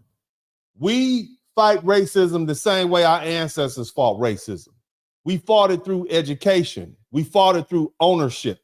We fought it through culture. We fought it through family. We fought it through black churches. We fought it through HBCUs and entrepreneurship and discipline and having our own institutions. See, our ancestors dealt with it way worse overt racism than we're dealing with right now.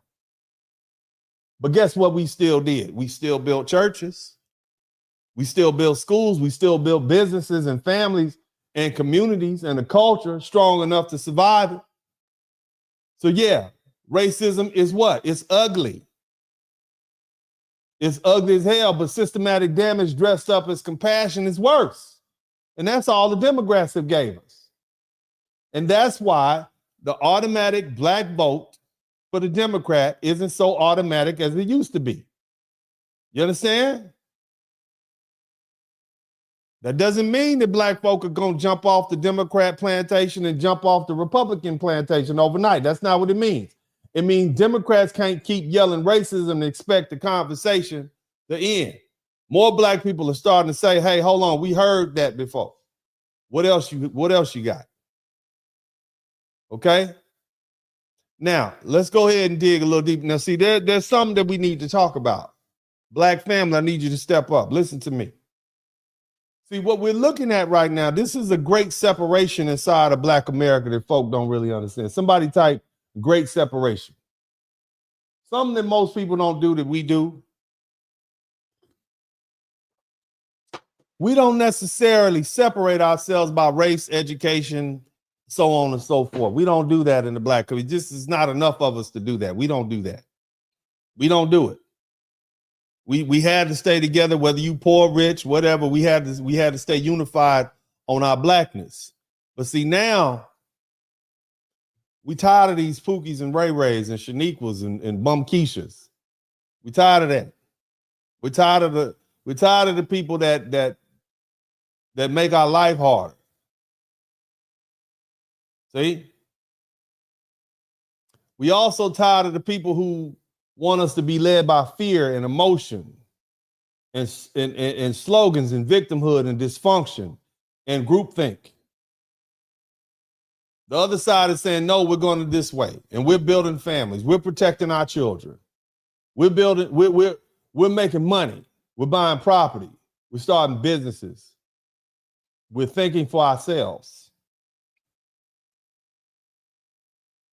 We're not asking permission from Democrats, activists, feminists, celebrities, and none of these so-called black leadership class. We're not asking permission. So Democrats understand what's happening. Black people don't have to love Trump to like some of what Trump does. Black people don't have to become a damn Republican to reject the Democratic plantation. We can sit on the couch. Somebody type couch in the chat room. Somebody type we're resting in the chat room. Black people don't have to keep pretending that people destroying the culture are the same people qualified to lead it. And that's the truth. And this is the great separation inside of Black America. It's going on right now. And the reason a lot of black people don't believe what I'm saying is because they don't hear the side of real people don't believe what I'm saying because they don't hear what's going on this side of Black America. They don't hear from black people who are married and working and raising children and paying mortgages and running businesses, going to church, sending their kids to school, buying land, investing money, and trying to build something. The question should be, why don't we hear from them? Huh? The reason we don't hear from them is because the lower class, the loudest, most dysfunctional segment of Black America was allowed to become the public face and the public voice of the Black community. Now, how did that happen? Huh? Some say, well, it was the media. The media did it. They say hip hop did it. They say, reality TV did it. Some say the Democrats did it. Some say white-owned media did it. Lately, y'all been saying social media did it. Some say black people failed to create separation between productive Black America and dysfunctional Black America. And honestly, people, this is what they say. They say rap music, street culture became the voice. They said people doing well are minding their business, and while the loudest people are going viral. People listen to, the squeaky wheel gets the oil. Shout out to Melvina McDonald. Thank you so much.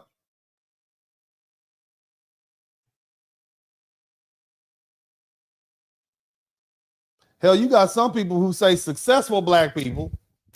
You know that 45 plus 9% of us, successful black people, 54% of black people successful, middle class or rich. They say we not really black. That's what they're saying. I want y'all to listen to that.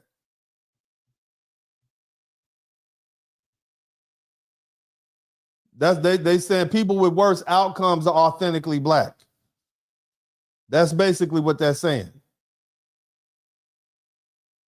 That's the problem. But here's the truth.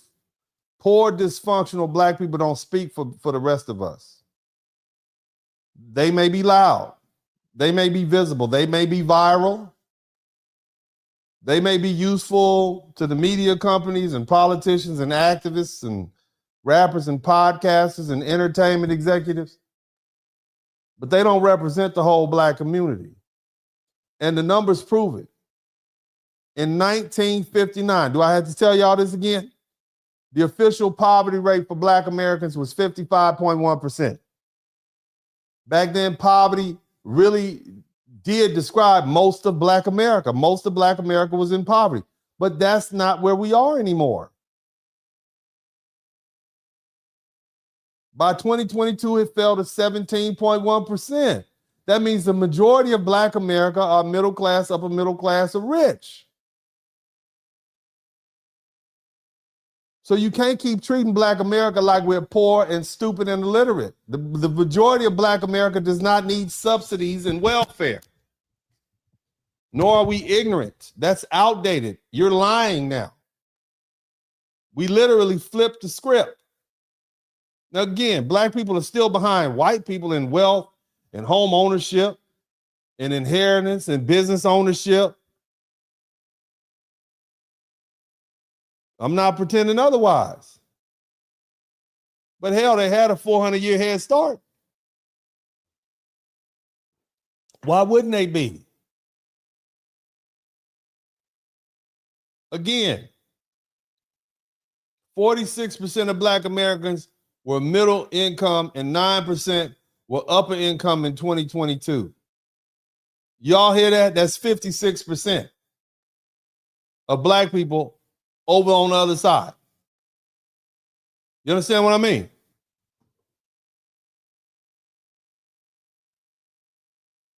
What does that say? The census reported that 195,000 black-owned employed businesses generated $211 billion annually. Does that sound like a group of poor people to you? Again, stop comparing yourself to white folk. They had a 400-year head start. Compare yourself to the rest of the black people.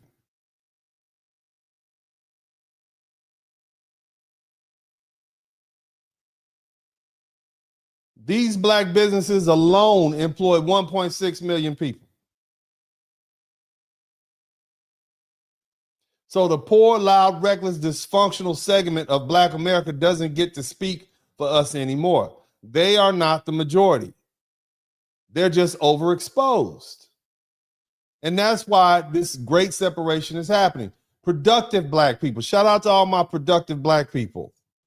All the productive black people, hit the subscribe button. All the productive black people, hit the subscribe button right now. Okay? That's what I need you to do. Productive black people are tired of being forced to defend people who embarrass us, who endanger us, who destroy our public image, generally the public image of black America. We're tired of being told that if we reject dysfunction, we're rejecting black people. We're tired of being told that if we believe in marriage and discipline and education and home ownership and God and law and order and entrepreneurship and family and structure and standards, that we're acting white. And that's how the dysfunctional side got the microphone. They were protected in the name of solidarity. They were promoted in the name of entertainment and defended in the name of authenticity and centered in the name of the culture.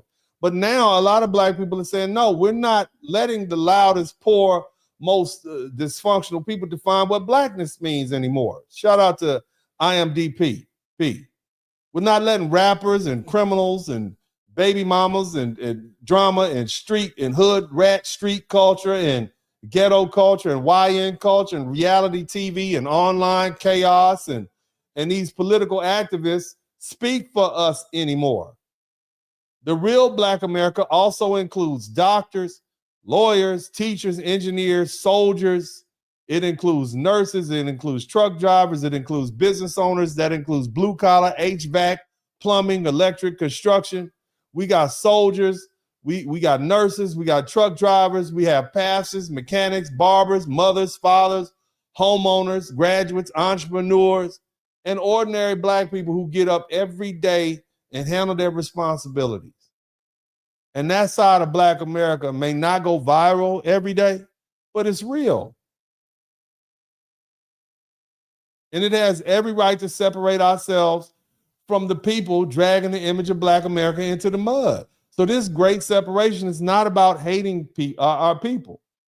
It's about refusing to let dysfunction lead the community. It's about saying the people trying to build families and wealth and stability have just as much right, if not more right, to define the future of black America. And once that group starts speaking louder, like I'm doing for us, once we start voting differently, somebody type vote your interests. Once we start spending differently and building separately and refusing to be guilt tripped by Democrats, activists, any of these other people,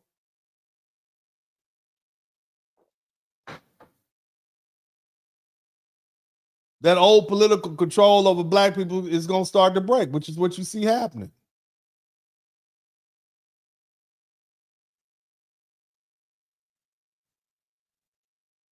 How did we get like this? How did this happen?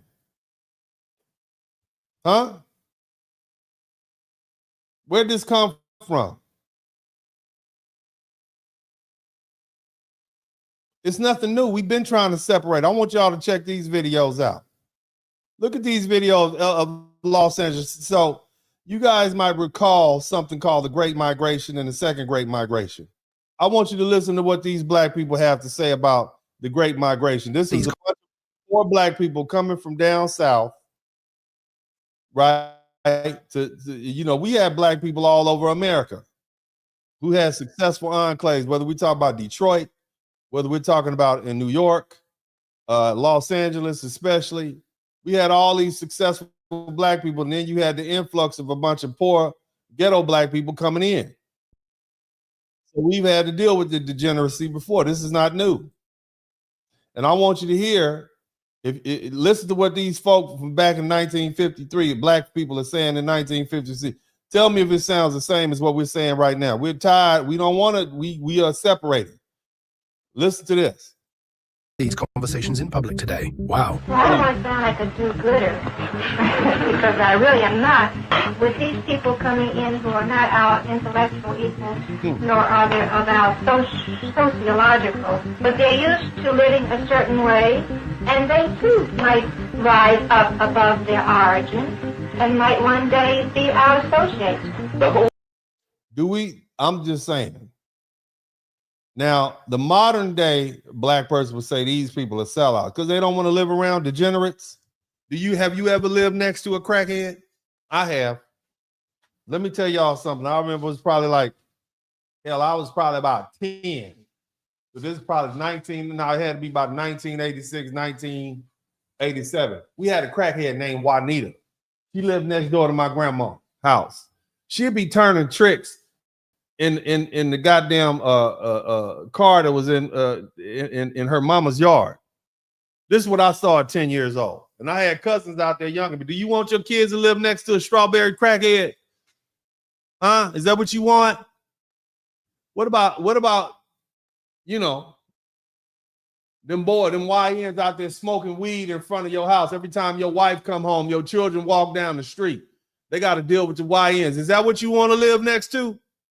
For all you all who say that these folk are sellouts, that's what you work hard for. You go to work every day, you come home, you got to hear about the fact that them N-words next door and try to holler at your daughter and her friends. Is that what you want to live now? I'm just asking. If that's what you want, hey, man, we can arrange that. Is that what you want? That's what keeping it real is? That's what being black is? Huh? Is that it? Because if you think that's being black, you a goddamn fool, and you get everything you deserve. You get if you think being black means you accept degeneracy in your neighborhood, you get every goddamn thing you deserve. And I mean that with every bit of my chest. Every bit of it. Any of you black folk who are listening to this broadcast today, if you think that keeping it 100, keeping it real, and staying black and staying down means you have to accept low-life degenerates in your community without checking them or calling them out on it, first of all, you're a straight-up punk. Off rip. Off top. Period. Your family's not safe. You ain't safe.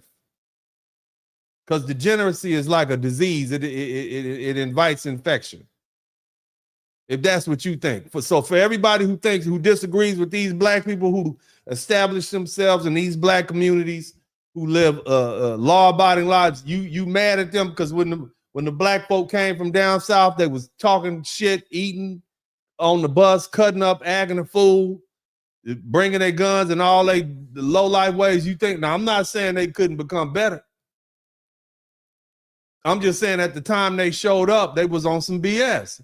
And these people are just supposed to accept them just because they black. You're a goddamn idiot. You're a damn fool. You don't know what structure and order is.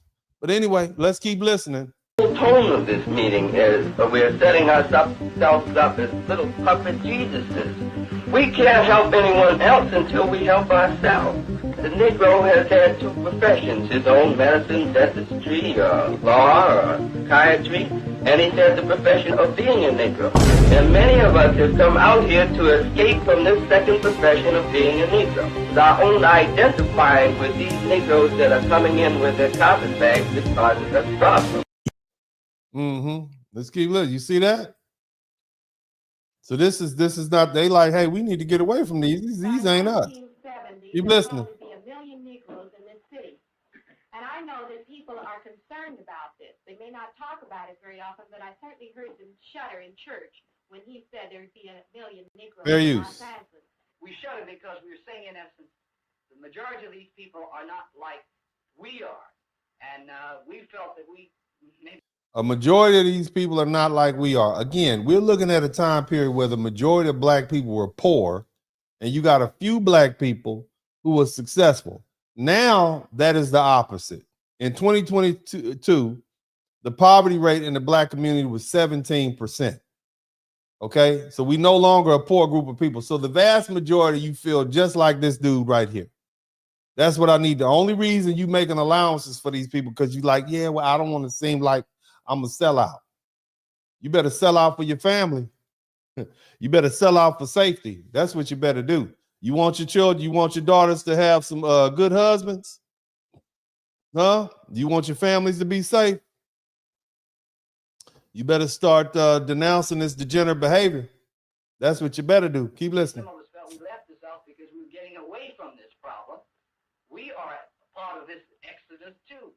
But we are a little maybe embarrassed by the fact that here we're going to have a mass element come in that's going to create a tremendous social problem in the community to which we find a great deal of difficulty in relating to. Well, I don't want to sound like a do-gooder because I really am not, and I'm somewhat of a snob. But I do think that with these people coming in who are not our intellectual equals, nor are there... These people coming in are not our intellectual equals. Where is she wrong? Did this well-spoken black woman sound wrong to you all?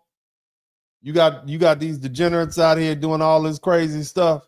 Again, the Democrats got a problem. Because, see, they still treating us like the vast majority of us are uneducated, illiterate, and poor and need a handout when we don't. That's the problem that they have. The majority of us don't. The majority of black Americans are hardworking, law-abiding citizens who just want to do right by their family, take care of their own responsibilities, and largely be left alone. That's the majority of black Americans. That's what we want to do. Of our sociological bracket, they're not to be a handicap to us. They'll find their own level. Now, I do sound like a snob, but I don't mean it this way. But they're used to living a certain way, and they too might rise rise up above their origins and might one day be our associates. The whole tone of this meeting is we're setting ourselves up as little puppet Jesuses. We can't help anyone else until we help ourselves. The Negro has had two professions, his own medicine, dentistry, law, psychiatry, and he's had the profession of being a Negro. And many of us have come out here to escape from this second profession of being a Negro. And we're out here a while and we're working in our own field, and then we find out that here these same problems are falling on the heels of 1,600 Negroes a month that come into Los Angeles. Now, he said 1,600 Negroes a month are coming to Los Angeles. They just tearing the place up. That's what he said. All these country degenerate folk are coming out the South, tearing the place up, acting their ass, fighting in the street, and they get lumped in with them. That's what they're saying. Somebody said they can't hear. I'm sorry, baby. This is the best I can do. Okay, you got to listen faster so I don't have to play it again. I want you to listen faster. Somebody type listen faster in the chat room. We're doing the best we can. Gives us problems. It's our own view. It's our own identifying with these Negroes that are coming in with their carpetbags that causes us problems. This is a basic embarrassment that we as Negroes have.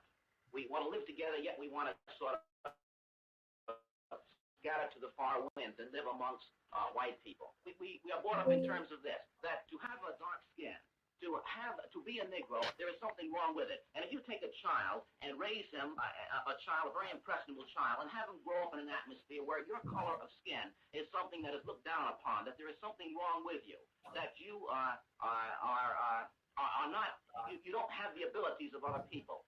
Even no matter how much education, no matter how much training, etc. you have, a lot of these impressions stay with you.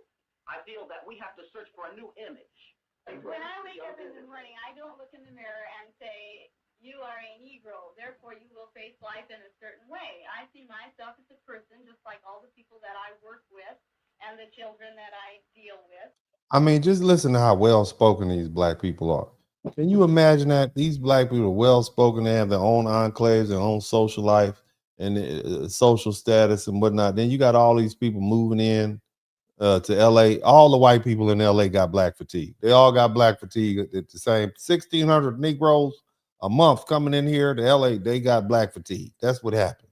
And it made it more difficult for them because they all got lumped in together and they couldn't separate. You see? And so that's what, and some of them said we can separate, some we can't. They just need to be raised. They had a rough life. You know, I get it. We empathetic to our own people, but at this point, it's more of us than it is of them. And I'm not saying if you poor and you out there busted and disgusted and doing bad for yourself, you can't do better. That's not what I'm saying. What I'm saying is we as Black Americans have to realize that we live and die in this reputation that these degenerates and these lowlifes have been creating for us. This is not who we are, but because they have the microphone and all the attention, we could all get lumped in the same category. And we're tired of that. And this is not something that's new. These people would talk about separation way back in the 50s. That's the whole point. We've been dealing with this for almost 75, more than that, a century. Let's keep listening. And they're all people. I've got to break in here. Mm-hmm. This idea of this consciousness of you've got to look in the mirror to face yourself to go from this bit about being a Negro is very naive. The individual, this concept was instilled in you before you could think. Right. Oh, I don't agree with you. And first of all, we have as a symbol in our community the white, straight hair, brown hair, as the symbol of the thing to strive for. Now, there's nothing wrong with it, except that it represents the very fact that we are talking about. The idea, the Negro in our society is a rejected child. There's no two ways about it. It's in Los Angeles, it's in New York City, it's in any place in the United States.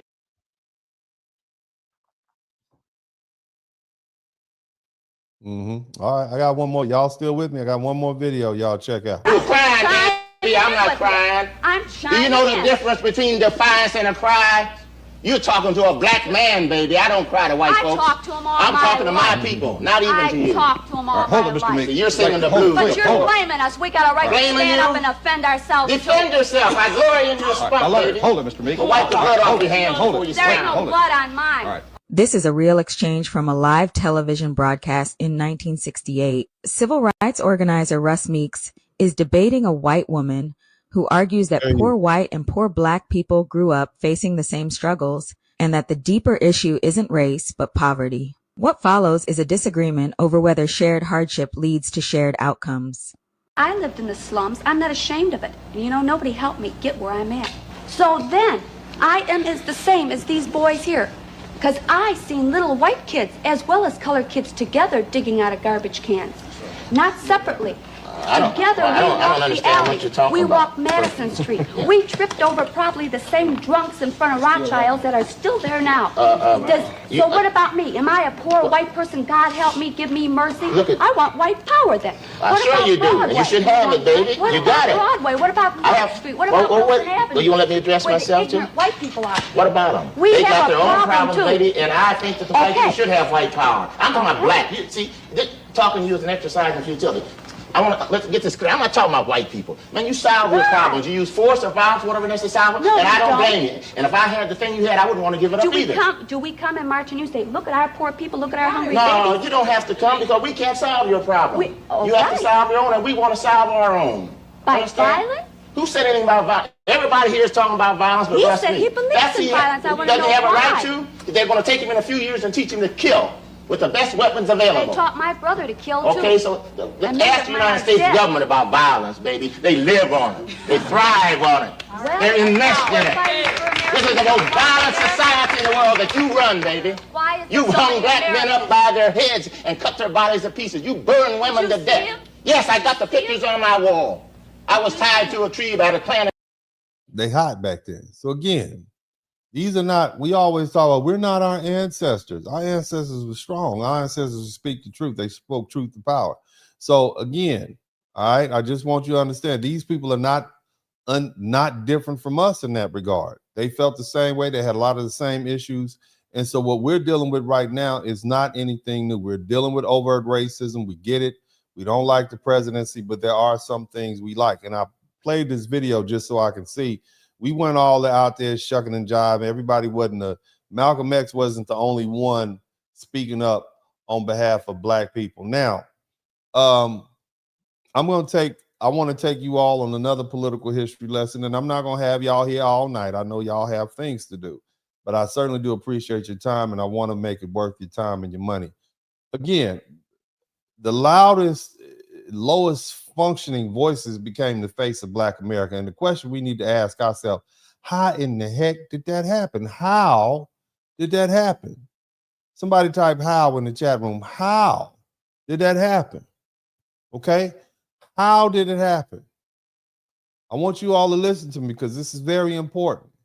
All right. Now, before we go any further, I need you all, before I explain how these people got the microphone, I need you all to take the opportunity to subscribe to the channel. We need less than 90 people to get to 100,000. I want to get to 100,000 tonight. If you have not subscribed to the channel, take the opportunity right now to subscribe to the channel. Go ahead and do that now as I continue teaching. And remember, if you learn something, I should earn something. You don't owe me anything. All right. But if you've learned something, if you realize something that you didn't know, if I help bring something home to you or articulate something in a way in which you didn't think, I didn't think about it like that. Well, then, hey, if you learn something, I should earn something, as I say. But now, how did we get here? How did the loudest, lowest voices in Black America how did they start speaking for us? Because that's an important question. How do we go from who we were to who we are now? And that's the question Black people have to ask ourselves, because we don't want to go down this road again. See, and when we look back in history, even when Black people were poor, we were builders. We were dignified. Do you see how well those Black folk were dressed? No, we dressed well. We went to church. We shunned crime. We created schools. If a girl got pregnant, she got sitting down south to have that baby. We went to church. We created schools. That's how important education was to us. We created businesses. We created our places of worship. We created over 100 colleges. We created towns, banks, professional organizations. We created a whole world for ourselves under those conditions that were far worse than what we're dealing with right now. Chud the Builder was no exception back then. You could call the N-word so much you might have thought that was your name. They said a whole lot worse things than chipping out. So the question is not just why are black people poor? Why were they poor? We already know why. The question is, how did poverty become an excuse for degeneracy? Because even when we were poor, we had dignity. Even when we were locked out, we built our own. Even when we were segregated, we organized. Even when we couldn't go everywhere white people went, we created places for ourselves. Our ancestors weren't sitting around waiting for Democrats and activists and celebrities and rappers and government to save us from anything. We built everything we needed: churches, towns, banks. Hell, we had fraternities, civic organizations. We had entire communities. We had an economic foundation. Why do you think we so successful? You understand? And that's why I keep saying this is not who we are. This whole degeneracy, this ain't us. Somebody type, this ain't us. I'm not saying there wasn't crime back then. I'm not saying there wasn't foolishness going on. I'm not saying there wasn't debauchery. Every group has that. That's not germane to one group. But that wasn't the standard. That wasn't our image. That wasn't what respectable black people celebrated. Poor people, poor didn't mean you were nasty. Poor didn't mean you were a criminal. Poor didn't mean no standards. Poor didn't mean you didn't have a father. Poor didn't mean you didn't go to church. Poor didn't mean you didn't have any discipline. Poor didn't mean you had no shame. Poor didn't mean you had no dignity. Our people were poor, but we were not culturally bankrupt. So the question again is, how did the poorest, loudest, most dysfunctional group of people in the black community get the microphone and become the spokesperson for all black people? How in the hell did that happen? Part of it was the media. Part of it was the entertainment. Everybody gonna put a camera on the fool. Shout out to Gail Crawford. Part of it was politics. Of course, you had your white-owned platforms promoting the worst images of black people because, of course, chaos sells. But see, a big part of it was internal. Somewhere along the way, black people start confusing struggle with authenticity. We start letting people who produce the worst outcomes define real blackness and what it is. And when educated, disciplined, church-raised, working, married, professional, or successful black people tried to separate ourselves from that foolishness, they got called sellouts and coons and Uncle Toms and bougie, or got accused of being white. Shout out to IMDPP. And see, here's where Carter G. Woodson comes in. Somebody type Carter G. Woodson. Everybody reads The Miseducation of the Negro, don't they? Everybody's read that. How many of you all have read The Miseducation of the Negro? Somebody type nobody. You heard about it before. You heard about it during Black History Month. Carter G. Woodson, I want you to look at this clip. I want you to look at this clip. Carter G. Woodson. Mindset, especially for most black people, but we've never questioned where that idea came from, who gave it to us, and why it was given to us. This was published in 1933. Now, the highly educated... Listen, he's reading from The Miseducation of the Negro. All right, I want you to listen to this very carefully. Go out and get this book. Read it. This is where it came from. Somebody type where it came from. This is where it came from. 33. Now, the highly educated Negroes who have studied economics at Harvard, Yale, Columbia, and Chicago will say that the Negro cannot succeed in business because their professors who have never had a moment's experience in this sphere have written accordingly. The impatient, highly educated Negroes therefore say that since under the present system of capitalism, the Negro has no chance to toil upward in this economic sphere, the only hope for bettering his condition in this respect is through socialism, the overthrow of the present economic regime. This thought is gaining ground among Negroes in this country and is rapidly sweeping them into the ranks of what are commonly known as communists. The uneducated Negro businessman, however, is actually at work doing the very thing which the miseducated Negro has been taught to believe cannot be done. If the highly educated Negro would forget most of his untried theories taught him in school, if he could see through the propaganda which has been instilled in his mind under the pretext of education. So what the father of Black history is saying is the father of Black history. Now, I just want y'all to sit on that for a minute. We've been sitting on this book since 1933. It's now 2026. It's 100 years later. Did you hear what he just said? Did you all come to this broadcast that I had a couple of weeks ago where I talked about how socialism and communism invaded the body politic of the Black community? Now, I'm going to be honest with you. At that time, I was not aware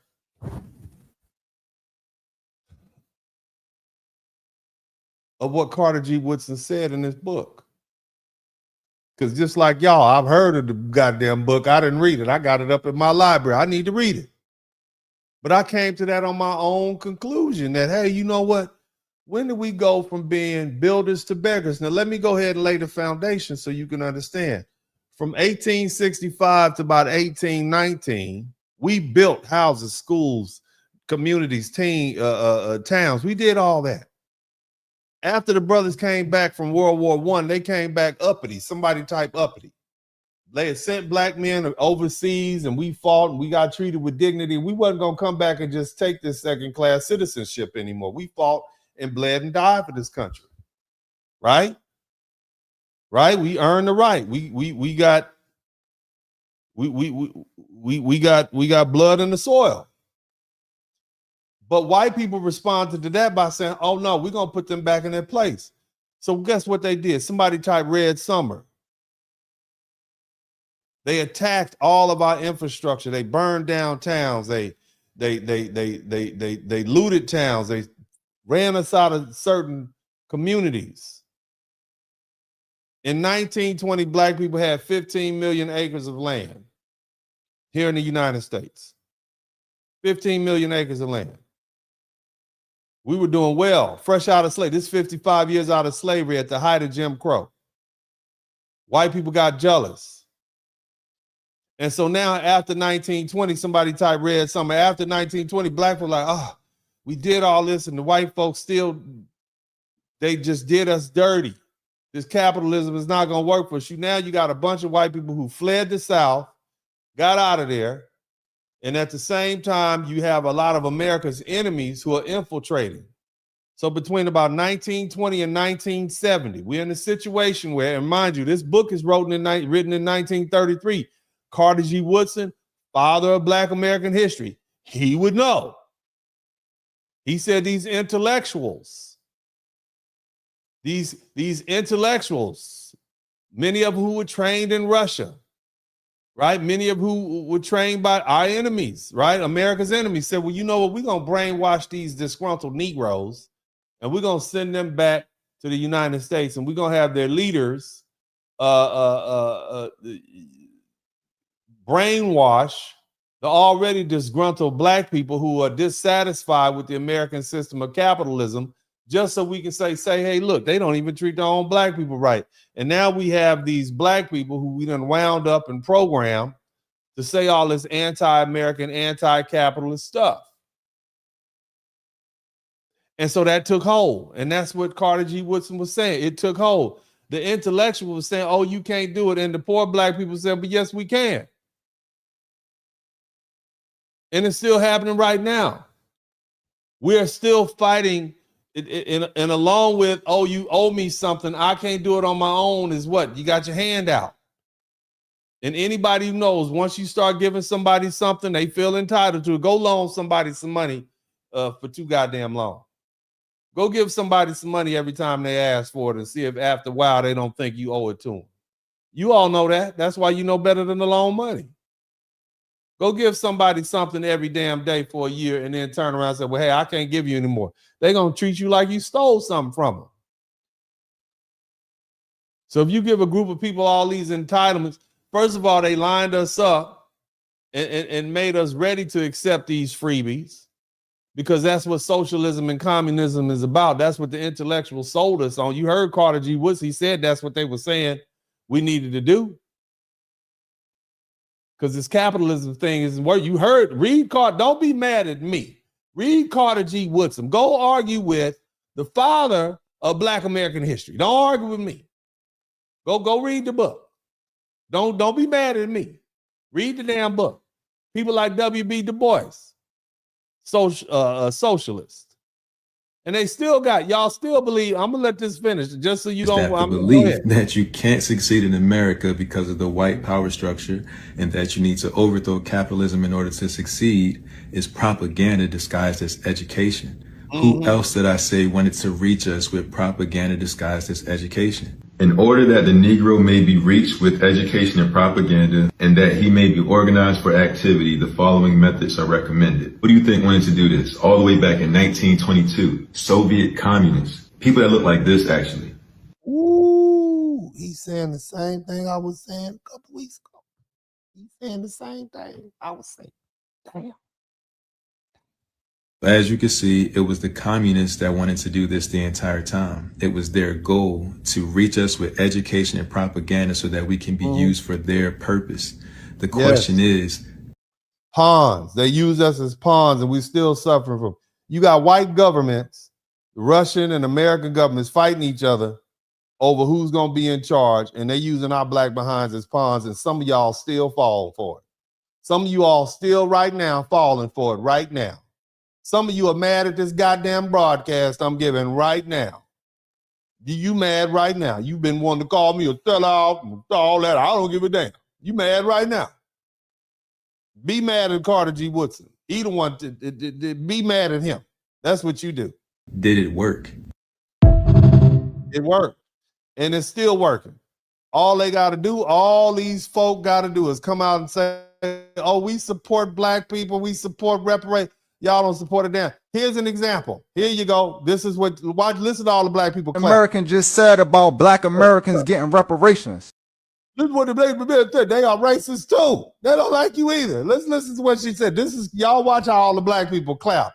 But it's little, hey, listen to it. Watch this. Good afternoon, everyone. My name is Erin Kimura. I'm a 5th generation Chinese and Japanese American and a 5th generation San Franciscan. I'm here today to fully support black reparations because this is the bare ass minimum. Period. The bare ass minimum. You hear that? Does you think she sounds fully authentic about that? We hear them all the time, these Chinese and Russians. Oh yeah, the Iranians. Y'all was so happy that the Iranians made a Lego video for you guys saying, yes, America has done you wrong. Hell, the Iranians are racist to the black Iranians in South Iran right goddamn now. If they want to do something about racism, they can start in their own country. They got black people living in shanty towns in South Iran right now. They racist as hell over there. And you all think they like your black behinds? No, they don't. Every time you see a Chinese, a Russian, or somebody, oh yeah, black, they know all they got to do is stir up the dissension, is pretend like they on your side. They don't like you either. Nobody likes you. Nobody. Nobody likes you. You want to be liked so bad. You want people to like you. You want a hug. Nobody likes you. Like yourself. That's what you need, high self-esteem. We have collectively low self-esteem. We want people to like us and tell them we good Negroes. They don't like us. Let's keep listening. Minimum. History is enough of a reason. The dehumanization that we've seen is enough of a reason for why we need redress and reparations now. This is not an impossible reality, right? We've seen this with the Japanese Americans in the late 1980s. They received on a federal level reparations. And the fact that black folks and our black community and our brothers and sisters are still waiting for a formal. Hey, but the Japanese don't like black people. Did y'all not hear that little Japanese woman over in Zara in Japan call that black woman? I'm a Nigerian American. She said, Niga. She heard what she called her, the N-word with the hard ER. They don't like us either. But anytime there's a non-black person who co-signs with some black person or uses some slang or something like that, we just run up and applaud. Don't you know they're purposely trying to sow dissension? That's what they're trying to do. That's what I want you to understand. And we fell for it, and we keep falling for it. Not no more. Somebody type no more in the chat room. Somebody type not no more in the chat room. Apology. Ooh-wee. I'm just going to leave that there just to simmer.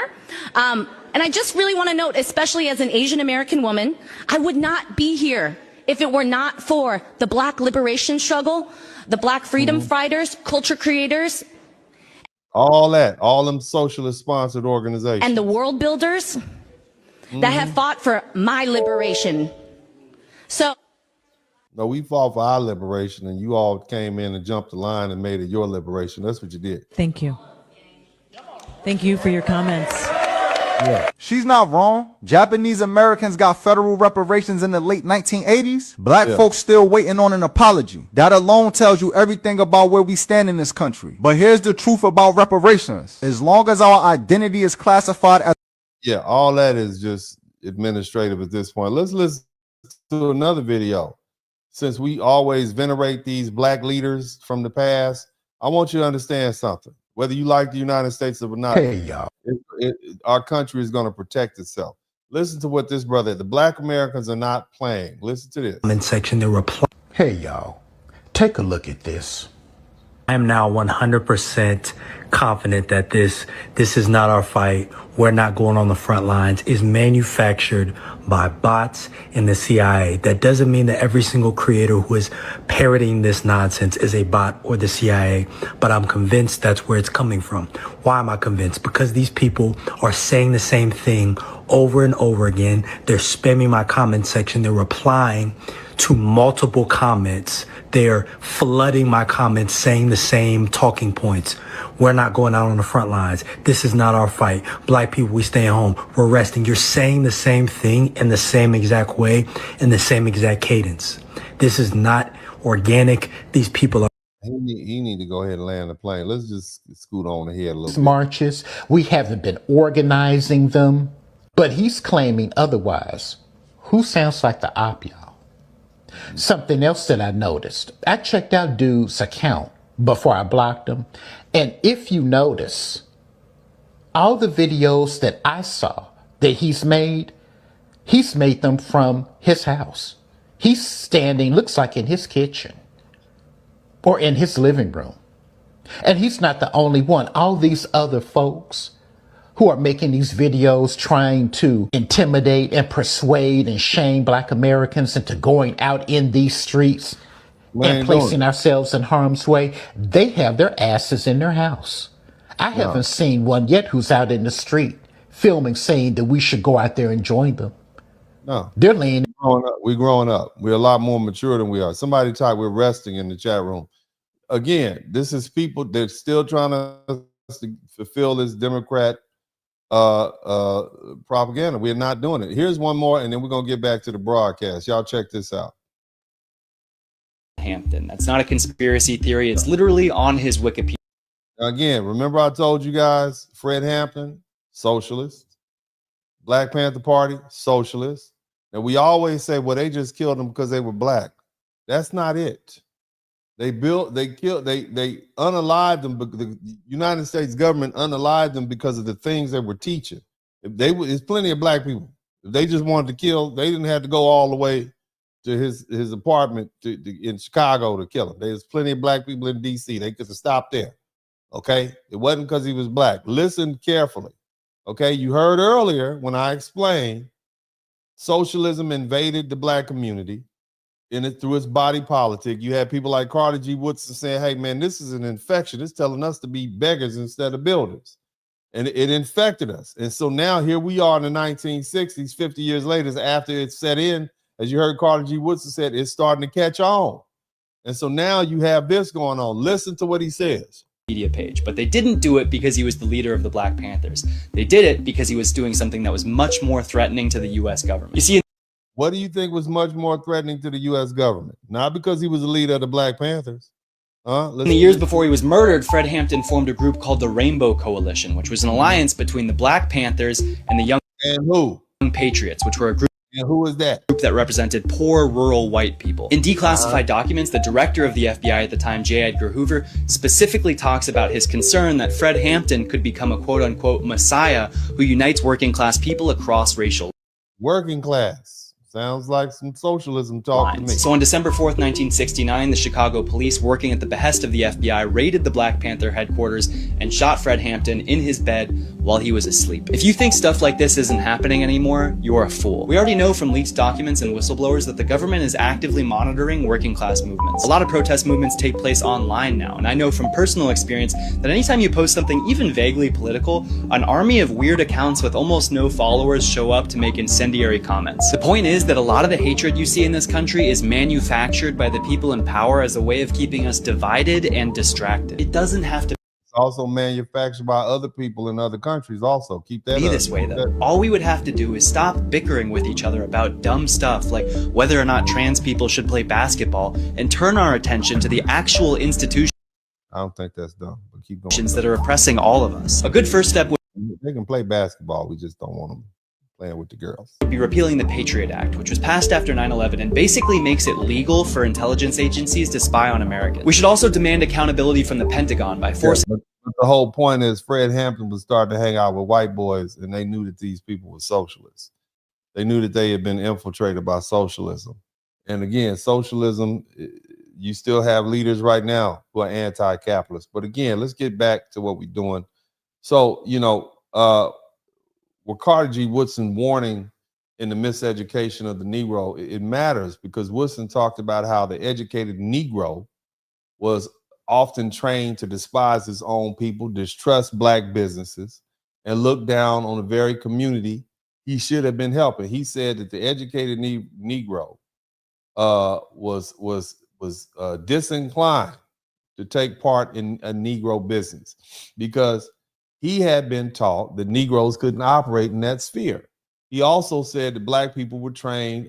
He also said black people were trained in business schools to admire Wall Street while despising the smaller businesses among their own people, like running an ice wagon or pushing a banana cart or selling peanuts. And then he said foreigners studied black people, took up that business, and got rich.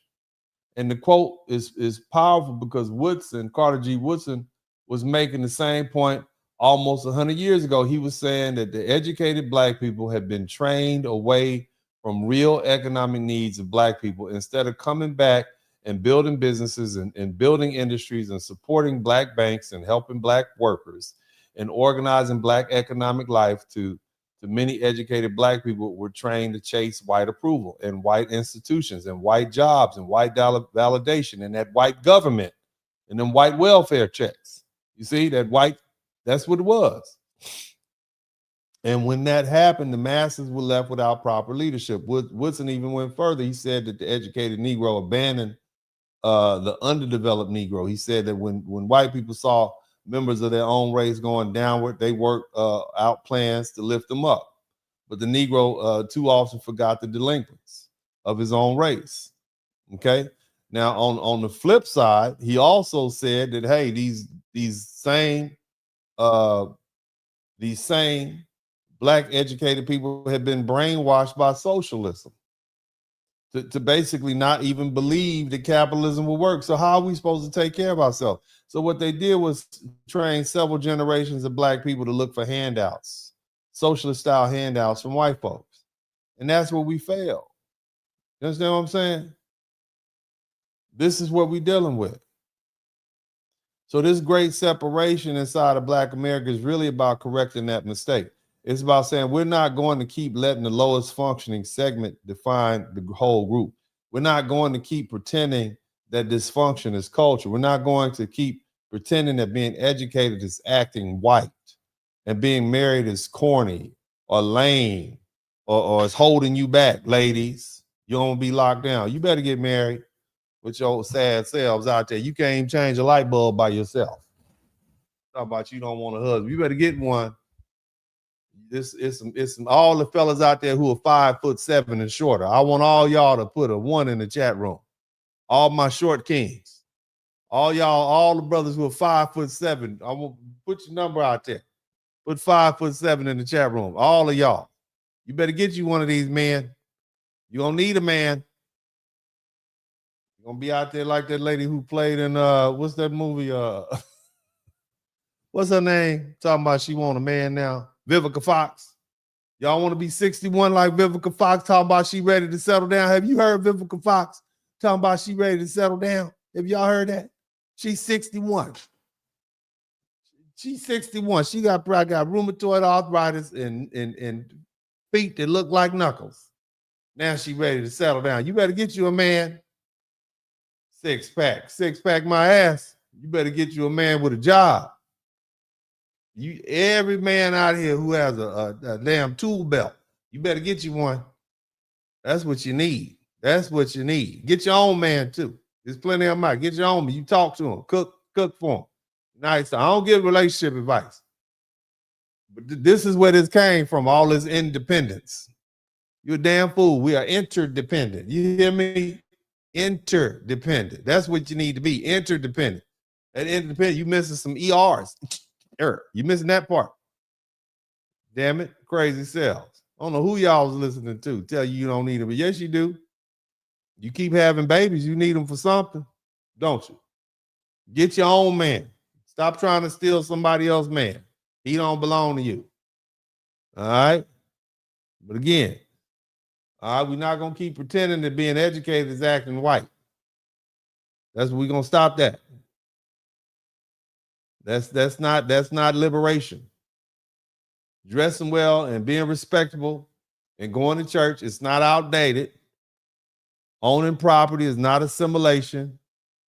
Building a business is not selfish. And damn sure that's not liberation either. Okay? The old black America, even when we were poor, we understood dignity and understood shame. That's why I'm going to keep the little sport coat on. Try to look nice for y'all. That's why I do. Trying to set an example. They understood shame even when we were poor. They understood order. They understood church, and it was necessary. They knew how important family was, even if you don't like them sometimes. They understood that your name and reputation meant something. You shouldn't be out there twerking and cutting up and acting a fool all on the internet. People can see you. We see you. You a school teacher and you up there twerking at the Sunday brunch. What's wrong with you? Have you lost your mind? People understood how you carried yourself matters. They understood that children need correction. Somebody type gentle parenting, my ass in the chat room. Somebody type gentle parenting, my ass in the chat room. If you got your butt whooped, if you used to get whipped with a switch, a extension cord, or a belt, okay? I don't want to hear you people who got hit with chancletas. I don't want to hear you time out people. I don't want to hear nothing y'all got to say. If you got whooped with a extension cord, a switch, and a belt, and a bonus point for people who had to actually go get their own switch. For people who had bonus point for people who had to get their own switch from the big tree. Don't be getting them small switches. Okay, your switch had to at least be 3 feet long with a sharp tip on the end. Okay, we don't do gentle parenting. Did my son look like he was gently parented? Do y'all see my son and he quiet and well? Yes, Dad. Yes, of course. Did he look like I was a gentle parent? Absolutely not. That's why he got a job. That's why he's in school. Okay, that's why. Because Uncle D is not a gentle. I should give a parenting class. Let me come over and look at them badass kids. I would look. I was at a wedding and somebody's badass little 2-year-old was running around the goddamn wedding. And I said, come here. Sit your ass. Where's your mom at? Go, where's your mom? I grabbed that little child. Where's your mom at? I sure would. Don't have no bad children around. I'm gonna put your children. I'll check your kids. I'll check you too. I'll check you and them kids. I don't want no bad ass. I don't even like kids. I just want every one of y'all to know. See them kids back there? They're my kids. The only reason I deal with them because they mine. See them little big head little boys right there? That's all of them. Dennis, Roman, and Elijah. See them? I don't like kids. Okay? That makes my job of being a parent a lot easier because I don't like you in the first place. You just here. I tell my kids all the time, I can't wait till y'all get older. I say, so y'all can get on up out. If you call too much and I get tired of talking to you, I'm going to start asking you for money every time you call. And then you're going to stop calling me. Hey, Daddy, how you doing? How you doing? We just talked the other day. But since I got you on the phone, let me borrow $20. Cash at me $25. I'm every time they call, so they'll stop calling. I don't like kids, especially bad kids. I don't like them at all. Ugly ass, bad ass kid. I don't like nobody kid. But anyway, let me get back to the broadcast. But like I said, you're dealing with a great separation right now. You understand? Kids understood correction, you know? And men needed responsibility and women needed protection. There's nothing wrong with that. And the community has standards, and we didn't always live up to it perfectly, but we knew what standards were. Shout out to Changi G. I can't say that. Okay. Now again, there's great separation between black people who want to recover that builder spirit, right? That black people who want to keep making excuses for the collapse. Who are you gonna be? Huh? Who's it gonna be? One side is saying we're going back to building families and businesses and schools and churches and institutions and money and discipline and ownership, and the other side is saying don't judge me. So somebody say only God can judge. Only God can judge me. That's not true. That magistrate can judge you. Huh? Your probation officer can judge you. They said, don't judge me, don't separate, don't criticize, don't be a classist. Don't act like you better than us. Somebody type respectability politics. No serious people survive like that. Every serious group of people protects its builders, its professionals, its families, and its institutions. And it's because that's the future. So again, no poor, degenerate folk. You don't speak for all black people. We not poor. They may be loud. They go viral. They're useful to the Democrats and the media companies and the social media reaction videos. But they don't represent the whole of Black America. And the real Black America is still building.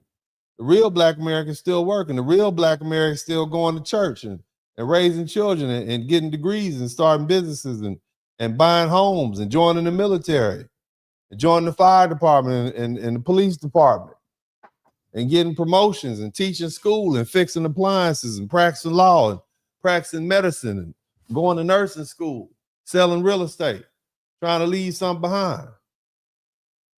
And the only difference now is that this side of Black America is finally starting to speak again. And when that happens, the great separation becomes unavoidable. That's where we at. That's where we at. Now, we almost there.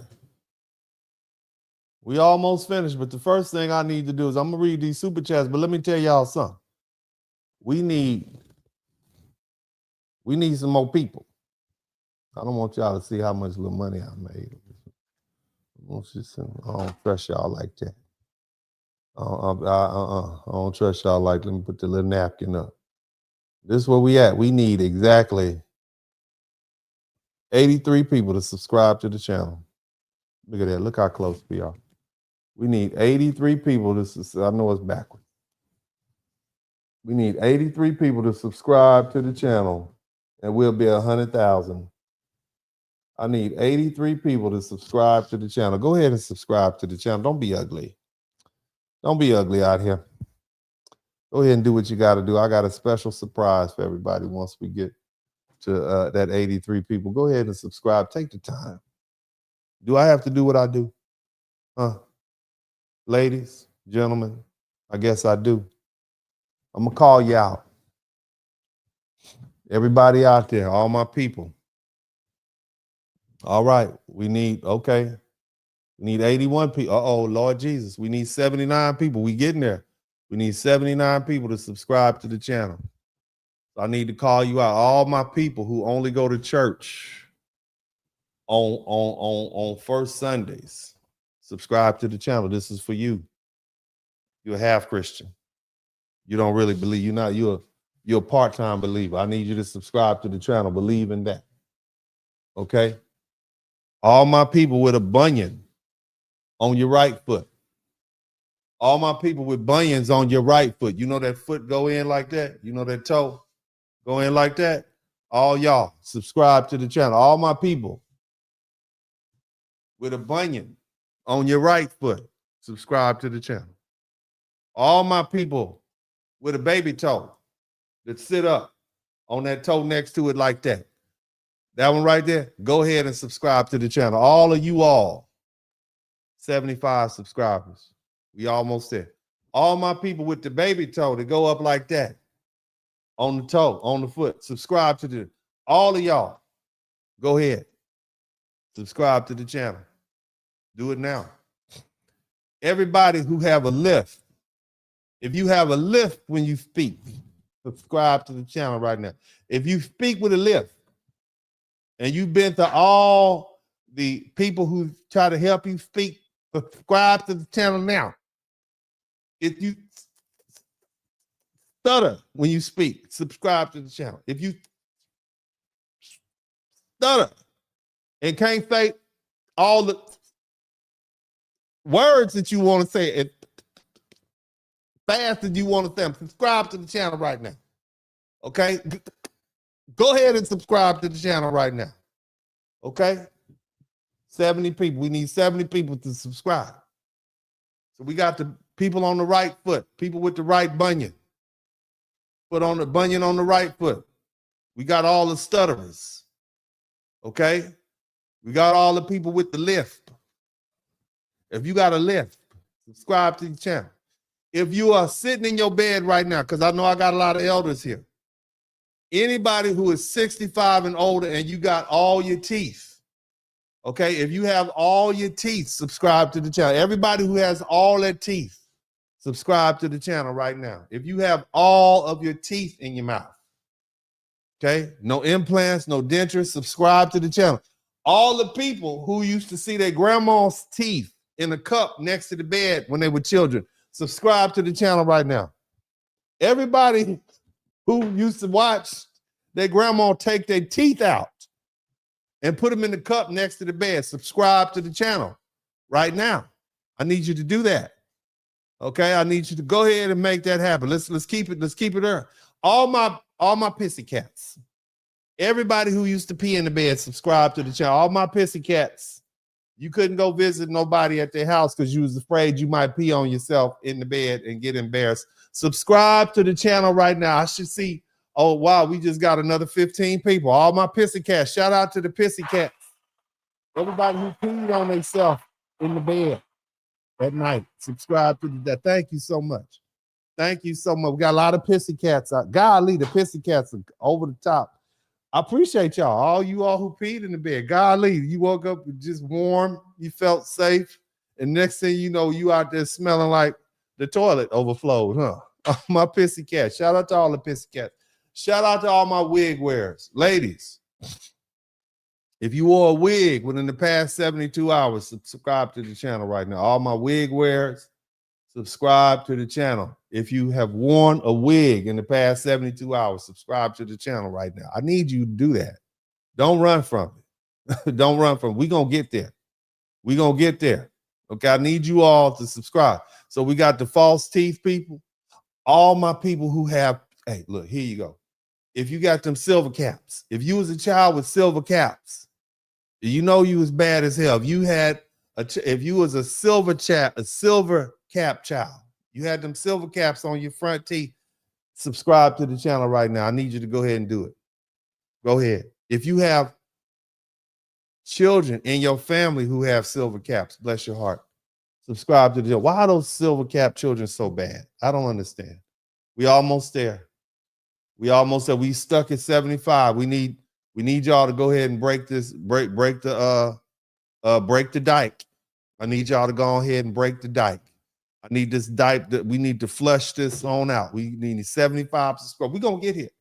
We're gonna get there, baby. We need 75. We gotta get there. We go. There was 74. We almost there. We almost there. Let's get there. Let's get there. Now, I already talked about the people with the bunion on the right foot. All my people with 2 bunions. If your feet look like this, okay? Your feet look like you got a bunion here and a bunion here. Subscribe, my double bunion people. Subscribe to the channel. I need you to make it happen. I need y'all to go ahead and subscribe. We're getting there. Almost at 100,000. Praise Moses. God is good all the time. We're going to get there. We get there. All my people with allergies. If you allergic to fish, nuts, pollen, you couldn't go nowhere, subscribe to the channel right now. I need you to do that. I need you to do that. Go ahead. Go. I feel bad for you. Benadryl, you can't go nowhere. I need you to subscribe to the channel. All my ladies out here who are pregnant by a man they don't like, go ahead and subscribe to the channel. And at the same time, all the fellas who've impregnated a woman they don't like, subscribe to the channel. Go ahead and subscribe. All that. I need all that to come on in. We're going to get there tonight, baby. We're going to get there tonight. We're going to get there. But first, I'm going to go ahead. Y'all do that. It ain't going to take that long. I need y'all to get there. We almost there. We almost there. We close, baby. We on the other side. Somebody type other side. We on the other side. But anyway, enough of this foolishness. Let's get on back to reading these. Let's talk about the real MVPs and the team, man. Shout out to all the people who contribute to the Cash App, the Super Chat, and the PayPal. Matter of fact, you know what I'm gonna do? I'm gonna go ahead. Oh, we got some Cash App money tonight. Yeah, we got some Cash App money tonight. Let's go ahead and give a shout out to all the folk who came through. Mr. Jason Mutes, I can't say the name. He said 100K. We almost there. Christopher White, very important conversation yesterday. Thank you so much. Juanita Walker, thank you. Patricia Hightower, always good to see Patricia and Michelle Edwards. Good talk. Appreciate you all. Thank you so much. Now let's go ahead and read these super chats. Super chat. Again, you don't owe me anything, but if you learn something, I should earn something.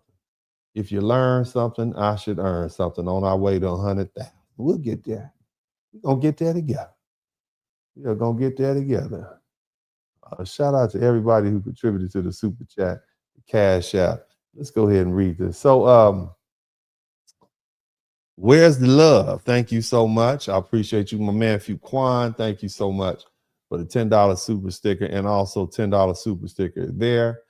Fitzgerald 2417. These people are brainwashed and ill-informed.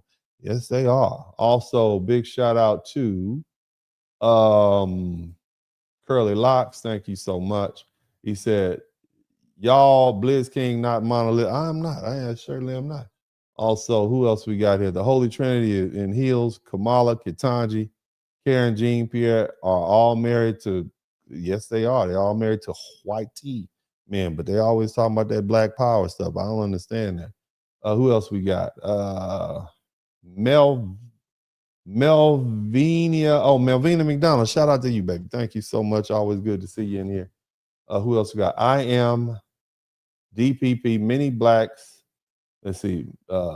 Many blacks will allow their hatred of Trump to miss the great opportunity in life. More blacks need to start buying digital assets.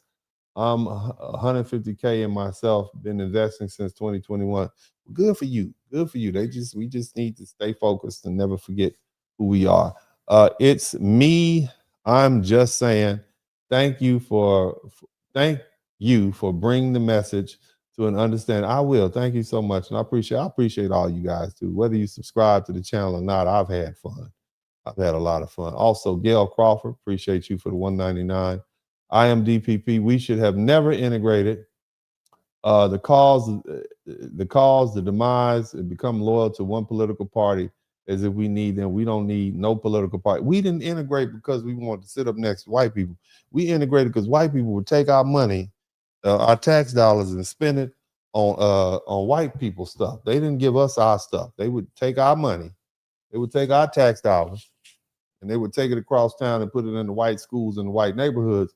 And so we threatened them. We said, look, y'all don't give us our money, we're going to force the courts to integrate these schools. And we thought, well, they hate us so bad, they would never want to integrate the schools. And guess what the white folks said? The rich white folks said, well, shit, we'll just let the poor people go to school with the poor black people.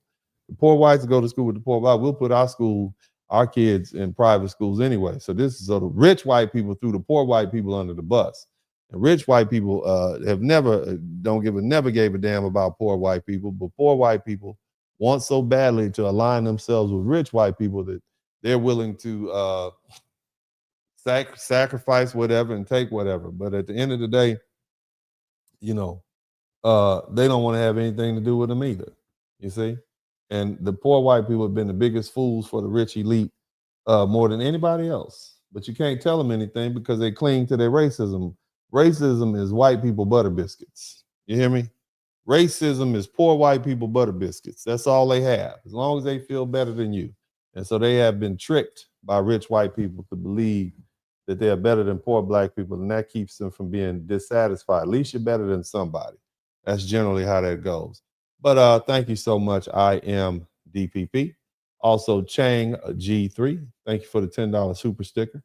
I am DPP. As the saying of Ralph Waldo Emerson, be self-reliant. Ain't that the truth? And also, big shout out to Super. Now, we got 14 super chats. That's pretty cool. I appreciate you guys. Here's what I want y'all to do. I want y'all to take the opportunity to subscribe to the channel if you hadn't already. Make sure we do that. And then we're going to, at some point, I got a couple more things to say. I appreciate you guys. We got a couple of more things. I got that blistering closing statement.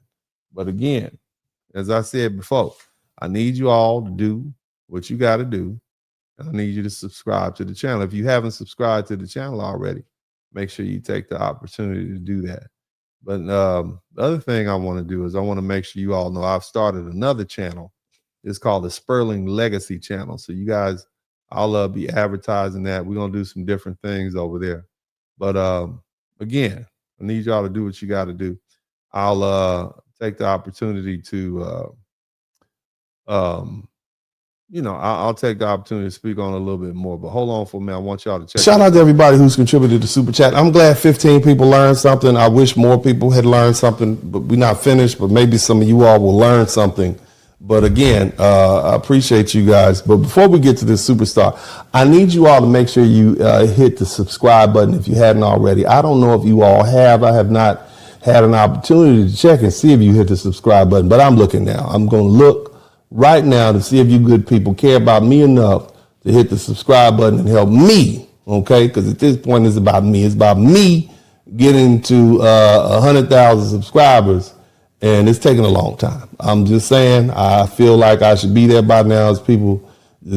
I need some more people to subscribe. I need approximately 66 people. Well, hold on. I need 63 people to subscribe to the channel right now, and that will get me to 95,000. Okay? I need 63 people to subscribe to the channel. Okay? I need 63 people. Somebody type 63 in the chat room.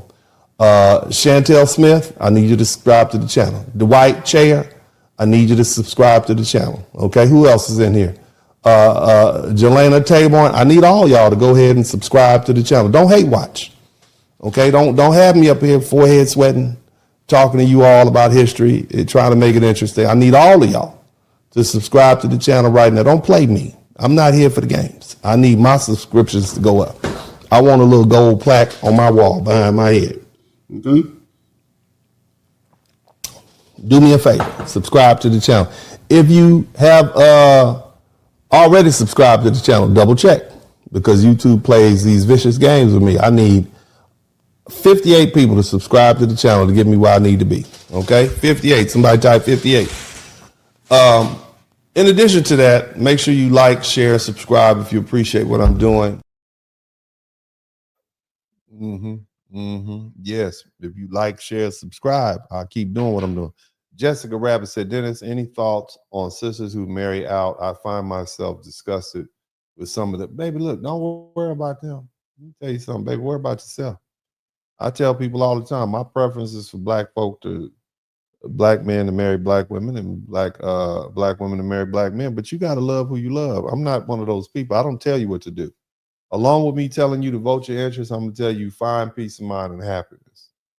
Okay? It's none of anybody's business. You find somebody like you and they're going to take care of you and they love you and they treat you well. You got to do what you got to do. You don't need to make any excuses for it. Period.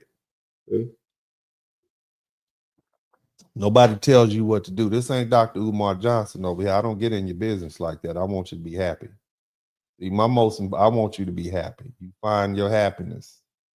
Okay? And don't worry about what other people have. I'm not one of them people, Jessica Rabbit. But again, you're entitled to feel how you want to feel, but worrying about other people is not going to make you any happier.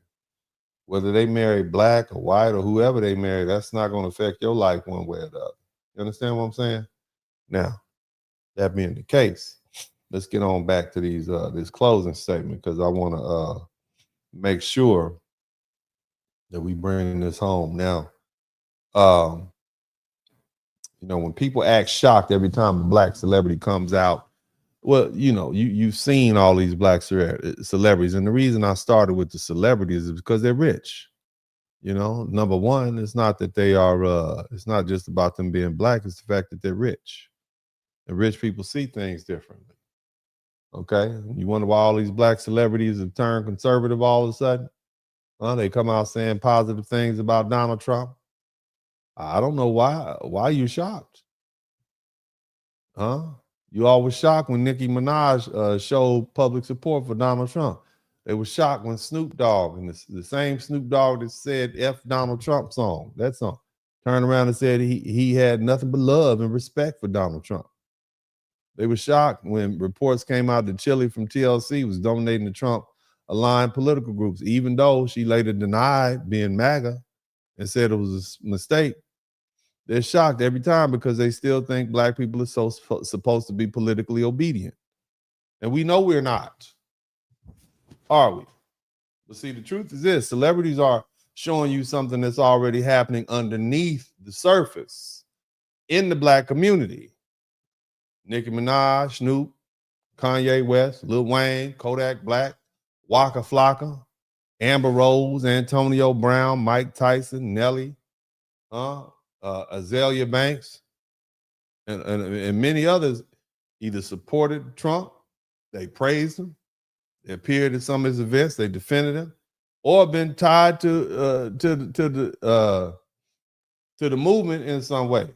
And now everybody's not the same. Some of them are full-on supporters. Some of them are just issue-based supporters. Some of them are just like how Trump moves. And some of them respect what he did for them personally, like Kodak Black. And some of them are just testing the waters. But the point is still the same. The wall is cracking. And let's stop pretending we don't understand why. A lot of these black people are rich. They're not broke. They're not waiting on a welfare check. They're not fresh off a plantation in the South from picking cotton. They're not living based on Democratic Party slogans. They worked hard, like many of you. They built something, like many of you. They made money, like many of you. And now they want to hold on to what they have, like many of you. And when you get money, you start seeing politics a whole lot differently. When you get money, you realize your money separates you from a lot of institutional racism that poor black people are still trapped under. You live in better neighborhoods. You send your children to better schools. You hire lawyers. You ain't worried about a traffic ticket. You got a lawyer for that. You hire accountants, you build teams, you move differently. You start living like an owner and thinking like an owner. And that's why rich people often become more conservative. That's not a mystery. That's human nature. When you have nothing, you vote like you need somebody to give you something. But when you've built something, you vote like you need somebody to protect it. That's why Democrats are nervous. Listen. That's why Democrats are nervous. Because see, all these celebrities, these black celebrities, they're just the first ones to say it out loud. But regular black Americans, like many of the people listening to me right now, are going to follow in that same vein. They don't have that Nicki Minaj money. They don't have Snoop Dogg money. They don't have Lil Wayne money. But a lot of regular black people have the same value system. Work hard, build something, protect your children, keep your money, keep more of your money as much as your money as you can. Buy property, start a business. Stop letting these politicians use racism like it's some kind of leash. And we need to keep it a buck. You don't need to become a multimillionaire artist or athlete or entertainer or business owner. You don't become that by sitting around the house waiting on a check, waiting for the government to give you something. Do you? You got to get up, get out, and get something. Don't let the days of your life pass you by. You got to hustle. You got to sacrifice. You have to learn the game. You have to master your craft. You have to turn your name into a business. And once you do that, you don't want people in Washington playing with your money. You don't want your tax dollars going to put Venezuelan migrants in a fancy hotel in New York, do you?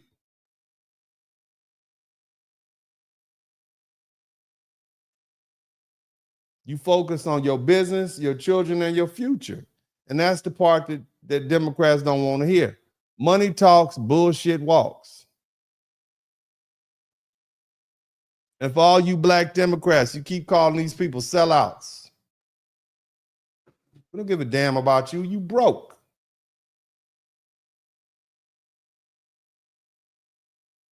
You can call them sellouts if you want. You can call them confused if you want to. You can call them MAGA if you want to. But the truth is, a lot of them are simply acting like people who work hard for what they have and don't want to lose it. And they damn sure don't want some immigrants brought over here to replace us and use up all the resources we have in our community, set aside for black people. That's not selling out. That's protecting our interests. And let's not forget the bigger point. America is probably the only place on earth where black people could become as rich as we are on this scale. The United States has nearly 50 million black people. Depending on how you count the millionaire households and network, that estimates about 2 million black millionaires in America. Meanwhile, the entire continent of Africa has 135,000 millionaires. Black America has 2 million black millionaires. The 54 countries in the whole continent of Africa have 135,000 millionaires. Think about that. So let's stop acting like America has produced nothing for black people. That's just not true. And I'm not saying we're not behind white people, but who you compare yourself to? You compare it to people who had a 400-year head start in a social network. Compare yourself to the rest of the African world. Black Americans are the richest population of Africans on this planet, and we earn every bit of it. It didn't happen by accident. It happened because our ancestors set up infrastructure for us, and they sacrificed for us, and they saved, and they bought land, and they started businesses, and they started churches and schools and HBCUs, and they built schools and used capitalism even when America was racist as hell. And that's what we need to get back to. We don't need any more slogans. We don't need any more murals. We don't need any more performative politics. We don't need any more speeches about oppression from people who never built anything. You heard what Carter G. Woodson said. They were confused back then. We need more money. Somebody type money in the chat room. We need more money. We need more ownership, businesses, land, investments, schools. We need more institutions. We need more skilled workers. We need more families. We need more discipline. We need more enterprise. That's how our ancestors got us out of slavery and Jim Crow. They didn't do it. They didn't do it on air. They didn't do it on hashtags, and they didn't do it on prayer alone. They did it with money and capitalism and skill and labor and entrepreneurship and networks and family and trades and businesses and land. That's how we built the towns. That's how they built the schools. That's how they built the churches. That's how they built families. That's how we survived And see, here's what's really going on. Now that Hollywood is losing its grip, you got more people they're going to speak freely now. It's hard to be honest when you on your whole social circle is on Sunset Boulevard and Vine. Everybody around you is liberal, rich, and you scared out there. But even the entertainment is changing. People can record anywhere now. You can make movies anywhere. You can build audiences online. You can live in Atlanta, Houston, Dallas, Austin, Miami, Nashville, Hollywood, Florida, instead of being trapped in West LA or Beverly Hills. And now with AI, independent media is changing the game. People don't have to beg Hollywood gatekeepers for permission the same way they used to. So yes, more black celebrities are going to be coming out and telling you how they really feel. More black athletes are going to be coming out. More black entrepreneurs are going to be coming out. More regular black people like us I'll be coming out and tell you what they like and don't like. And it's not because, we don't hate black people. We are black people. We don't hate ourselves. We're not selling out. But what we're realizing is that old Democratic fear script saying stuff like, if you don't vote for me, you ain't black.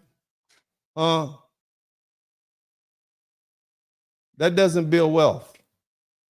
It certainly doesn't protect the family. It doesn't build a business. It doesn't create ownership. It doesn't fix schools.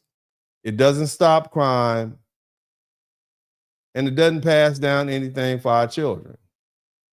And so Democrats, they keep acting shocked. You can act crazy if you want to. But the truth is simple. Once black people start thinking like builders and owners and fathers and mothers and entrepreneurs and investors and taxpayers, they're not going to keep voting like victims forever. That great separation is already happening.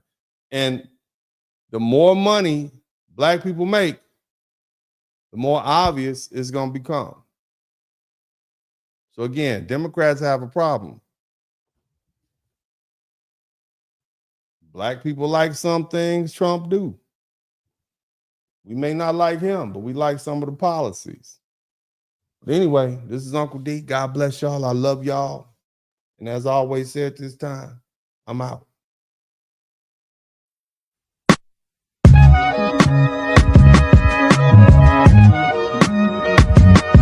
In the Spurling podcast. Hit the like button, subscribe.